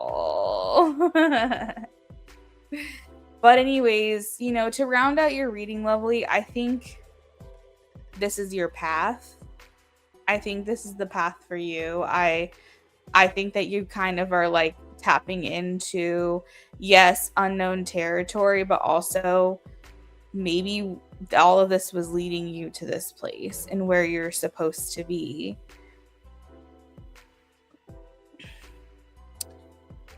I think this is it. And I also love it for you too, because yeah, sales was not ideal for me at all. I liked what I did. I liked my job. I basically did two jobs at once. I ran the dispatch department, created schedules, and I also was an office and manager as well. So I ran the dispatch department, worked with the technicians, and also I was the office manager. So I was responsible for payroll, accounts payable, accounts receivable, maintaining inventory needed for office supplies, handling phone calls and issues. And I mean, I did it all. Okay. I did it all. I even on Thursdays I would go out to Costco and restock like everything that we needed, and I enjoyed my job. Every day was different. It was a lot of fun, but I guess it was a position they just didn't want to pay for anymore. So they were eliminating my position and was like, I don't want to screw you over. So would you be willing to go to sales? And I'm like, yeah, no, I don't want to do that. So yeah, that was a little annoying. But lovely, in terms of your courses, we'll call them for now, whatever you end up doing with that. I think that this is helpful for you in the long run, because as you mentioned, even just something as simple as like your body hurts, you're in pain. This would set you up for success. This would set you up for the future. You would do the work once, maybe twice. I'm sure things would be ever evolving. I'm sure you'd be very busy, but I feel like this is almost like a residual pay for you. Like, people would check into your course if you could streamline it where you do the work one time and then they go in and do their own assessment that's auto generated, and then they have like a plan set out for them and things like that. I'm sure things are going to be more manual at first and more hands-on, but eventually you could streamline it into something where they buy the packages and you just benefit from it. Um, so I think, this is ever evolving, this is ever changing, but you need something that is going to carry you through. It's going to carry you through retirement. It's going to be something where it's not labor intensive, maybe mentally laboring, but not physically. And it will allow for flexibility for you, probably open other doors, get people very familiar with your face, relating your face to manifesting. Um, and I think that you could potentially be like one of the people that people go to or recognize for this. That could be like your ultimate niche on social media. You've been getting nudges from Spirit to be a coach for almost 2 years. This year it clicked for you, right? Makes sense. That's exactly what I'm trying to do. And I think, lovely, this is a lot of work, trying to start something like this. It requires a lot of research, a lot of time, a lot of mental energy, a lot of hours. And so I commend you on that, for, really having the willpower, I guess, to make sure that you're really getting this done. But I'll support you any way I can. Once you get it up and running, you just let me know. It's kind of funny because like I just completed a divination class through Harvard, and I got certified for completing that course. And I do readings, but I'm very much like interested in leaning more into like astrology moving forward, because I like deterministic divination. I like when I would consider myself an intuitive astrologer, but I feel like I'm leaning more into deterministic tools of divination. I like the idea of things kind of just being like the same across the board, whereas tarot takes a lot of mental exhaustion. I know if you have Taurus in your second house, or Taurus as your second house, I know what that means. It's like it's almost like math. Like astrology is like math and tarot is like intuition. But this is what I do, and I'm also really into like herbalist type stuff, and I'm kind of like leaning more towards that at some point. And then you have your manifestation course, and that's like what you're leaning on. And then my husband's cousin, she's a Reiki master, and she does like sound healing, and I'm sitting here thinking like, wow, I really am kind of a part of this community where everyone's kind of doing something a little bit different. But now I have all these contacts where, if I have a client that's like, hey, do you know anyone who could help me manifest certain things in my life? I can go, yes, actually, I do have that contact. Do you know anyone who does Reiki? Yes, I have that contact. I think that's really cool. Like, I think the fact that we're all kind of doing something in the same realm of wellness, but it's a little different. I like it. Thanks, girl. Yeah, I would love to lean more into the astrology side of things.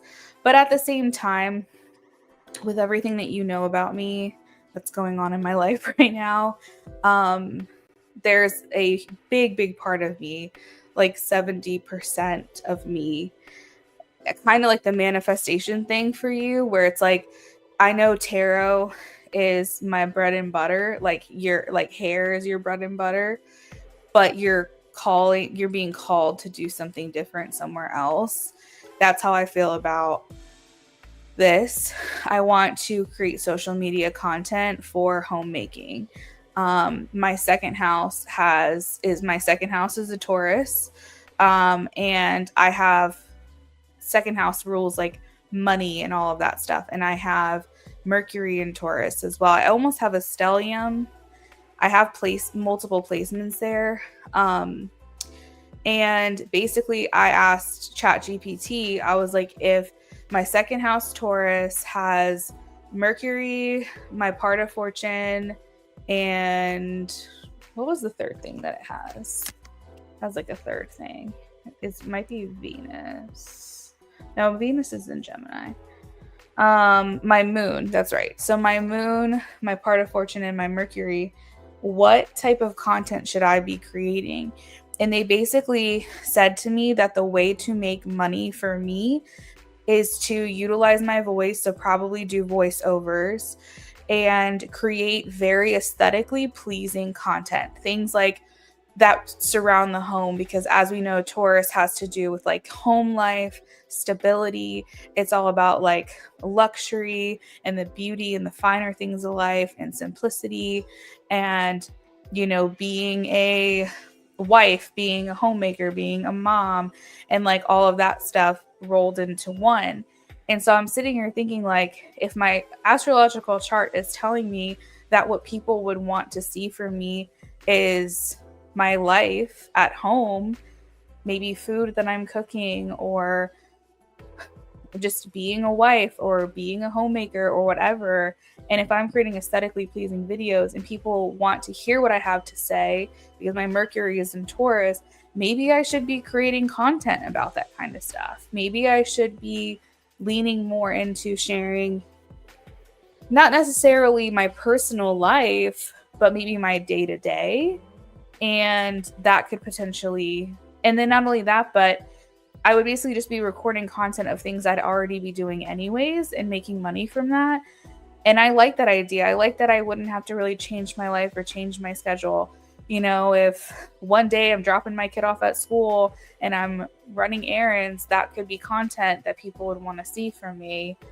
And it doesn't change any aspect of my life except for I'm recording it. So with your manifestation thing and you feeling very pulled to that, that's how I feel about this for me personally.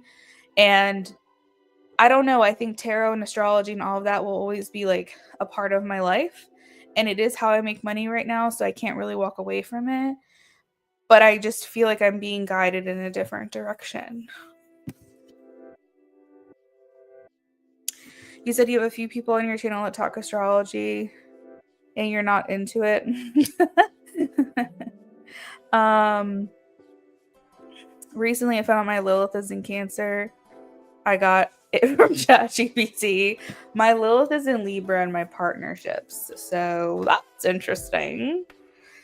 I watch this woman, she's around our age. She cooks for her and her family a lot. Most is not even from scratch. I enjoy watching her. Yeah, so like I thought to myself, well, what if I actually utilized my chart to make money? And then I'm like, so what kind of career would be best for me? And they're like aesthetically pleasing videos where you're using your voice, you're expressing your thoughts, or you're literally using your voice and you're basically just sharing your life. And I'm like, hell yeah, that actually sounds great to me. So that's something that I'm going to be doing at some point. I've already created a TikTok. It's called The Home Jones. You can follow me if you want. There's no content there yet though. The Home Jones. And eventually that will get started up because that's really what I'm feeling called to right now. Just doing something that doesn't really take away from my time, my life, outside of just editing videos and seeing where that leads me. But first and foremost, I need a new phone. I need a better quality camera. Yeah. Well, I'm not going to hold you up any longer, lovely. It was good talking to you. Hopefully that answers your question. If you're looking for any kind of confirmation, I think this is a great route to go, especially with the way the collective consciousness is growing and expanding and elevating. And we went through I think it was between like 2016 and 2022, something like that. Health was definitely on the rise and everyone started focusing on their health, and that was like a collective desires to have good health.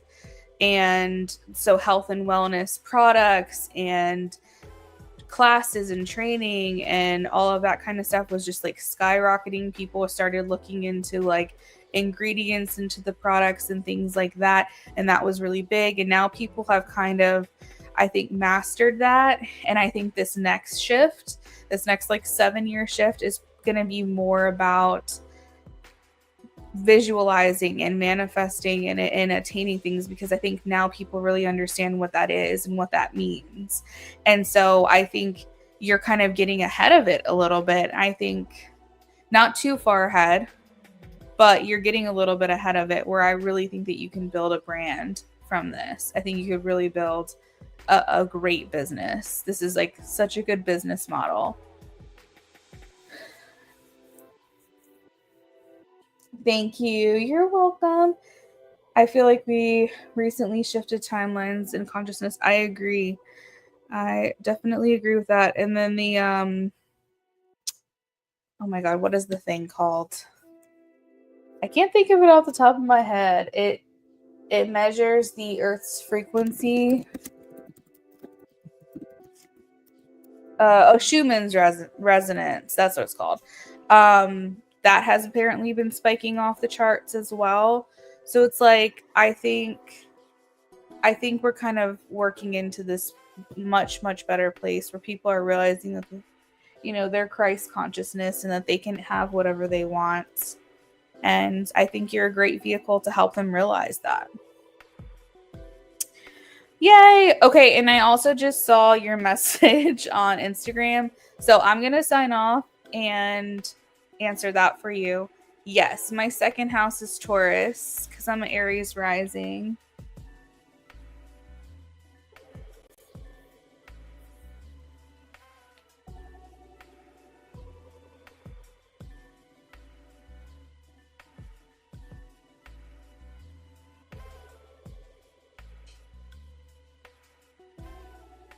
Wait, are you an Aries rising?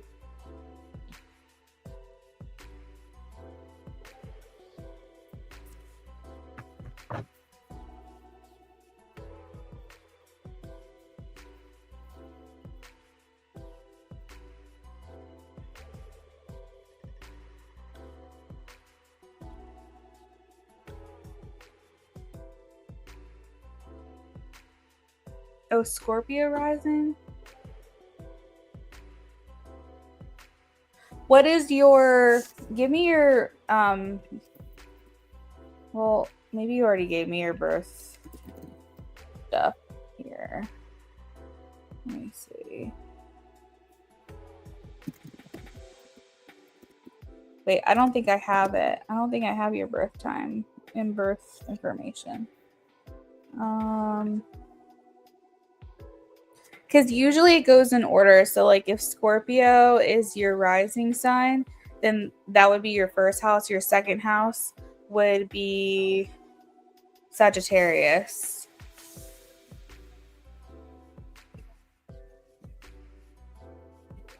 Oh. Tell me. Okay, wait. Type in to Instagram your birth chart information. I'm gonna look it up real quick because I think it would start Scorpio first house, so your second house should be Sag, then Capricorn, go on and on and on all the way around. I think ChatGPT is one of those things where like they're not very reliable, that kind of stuff. Like I feel like in order to ask ChatGPT, if you don't understand astrology very well, you would have to be very knowledgeable to understand what to take as like accurate information and what not to. All right, hold on one second. 21.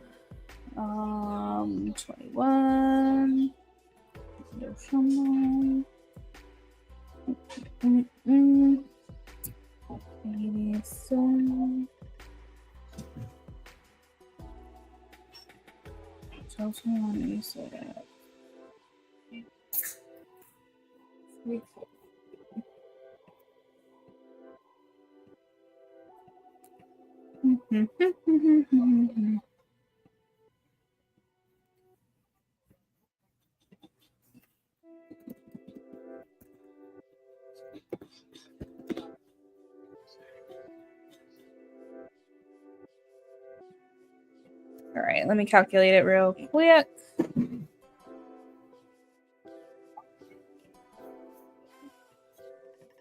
Yeah, your second house Sag, first house Scorpio. Holy shit, you have a stellium in your second house.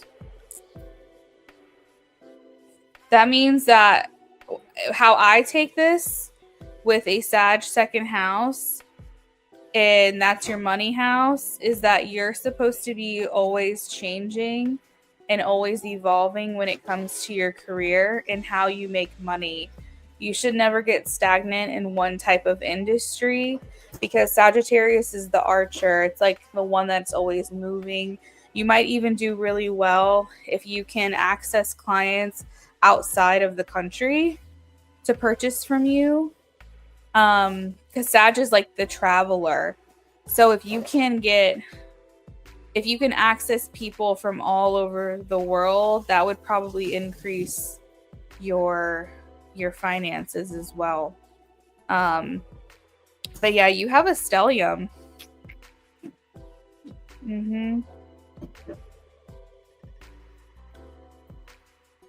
So you have a lot of energy in Sag second house.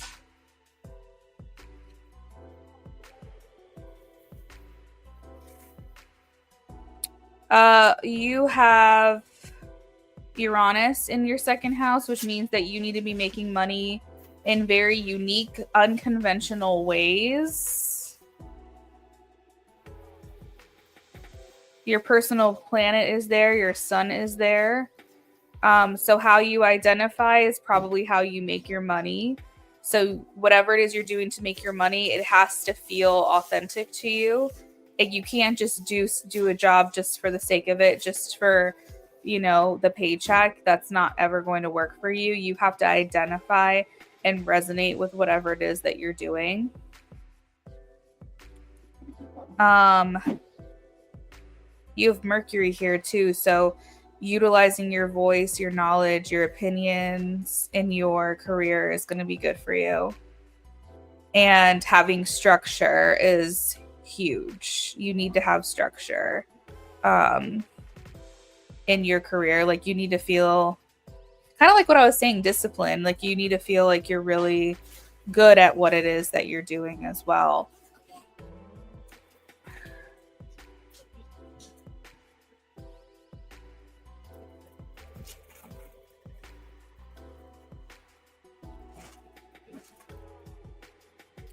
He says crazy because I'm always evolving and changing. I have a few people that I know outside of the country too. Definitely need to work on the structure more. Yeah, I mean, it's great though. It's really great.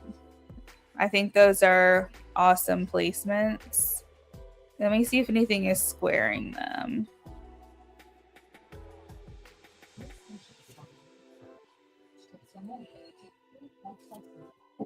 Trine. I like a trine. I like seeing trines are very beneficial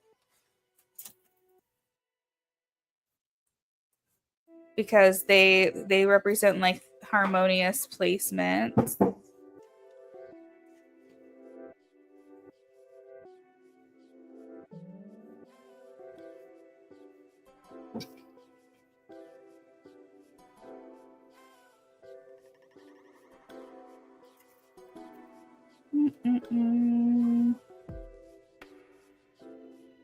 Mars, Jupiter, Saturn. So your Saturn is square your Mars. I would say that it might be a little bit difficult for you to actually like get started on something. Like you might think about things for a long time before you actually do it. Mars squares your Saturn, so it may bring internal like hesitation when it comes to actually taking action. Like you want to succeed, but you may feel discouraged if things don't work out right, or you want to succeed but maybe it's a little bit hard to actually get started. So I would say with that placement, it's probably really important to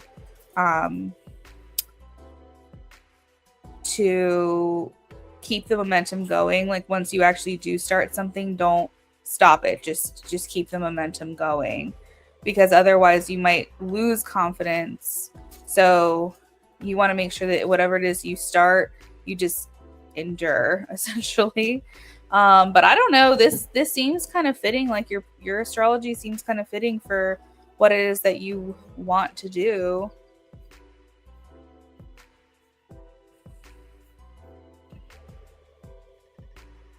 Yeah, that's cool. All right, Chica. Well, let me respond back to your message real quick, and I'm gonna go ahead and sign off. It's very fitting, yeah.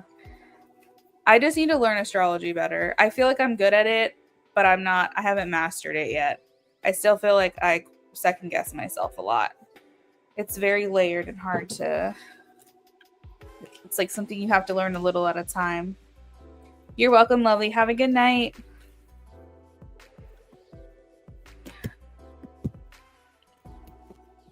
Hey, Pookie. How was your shower?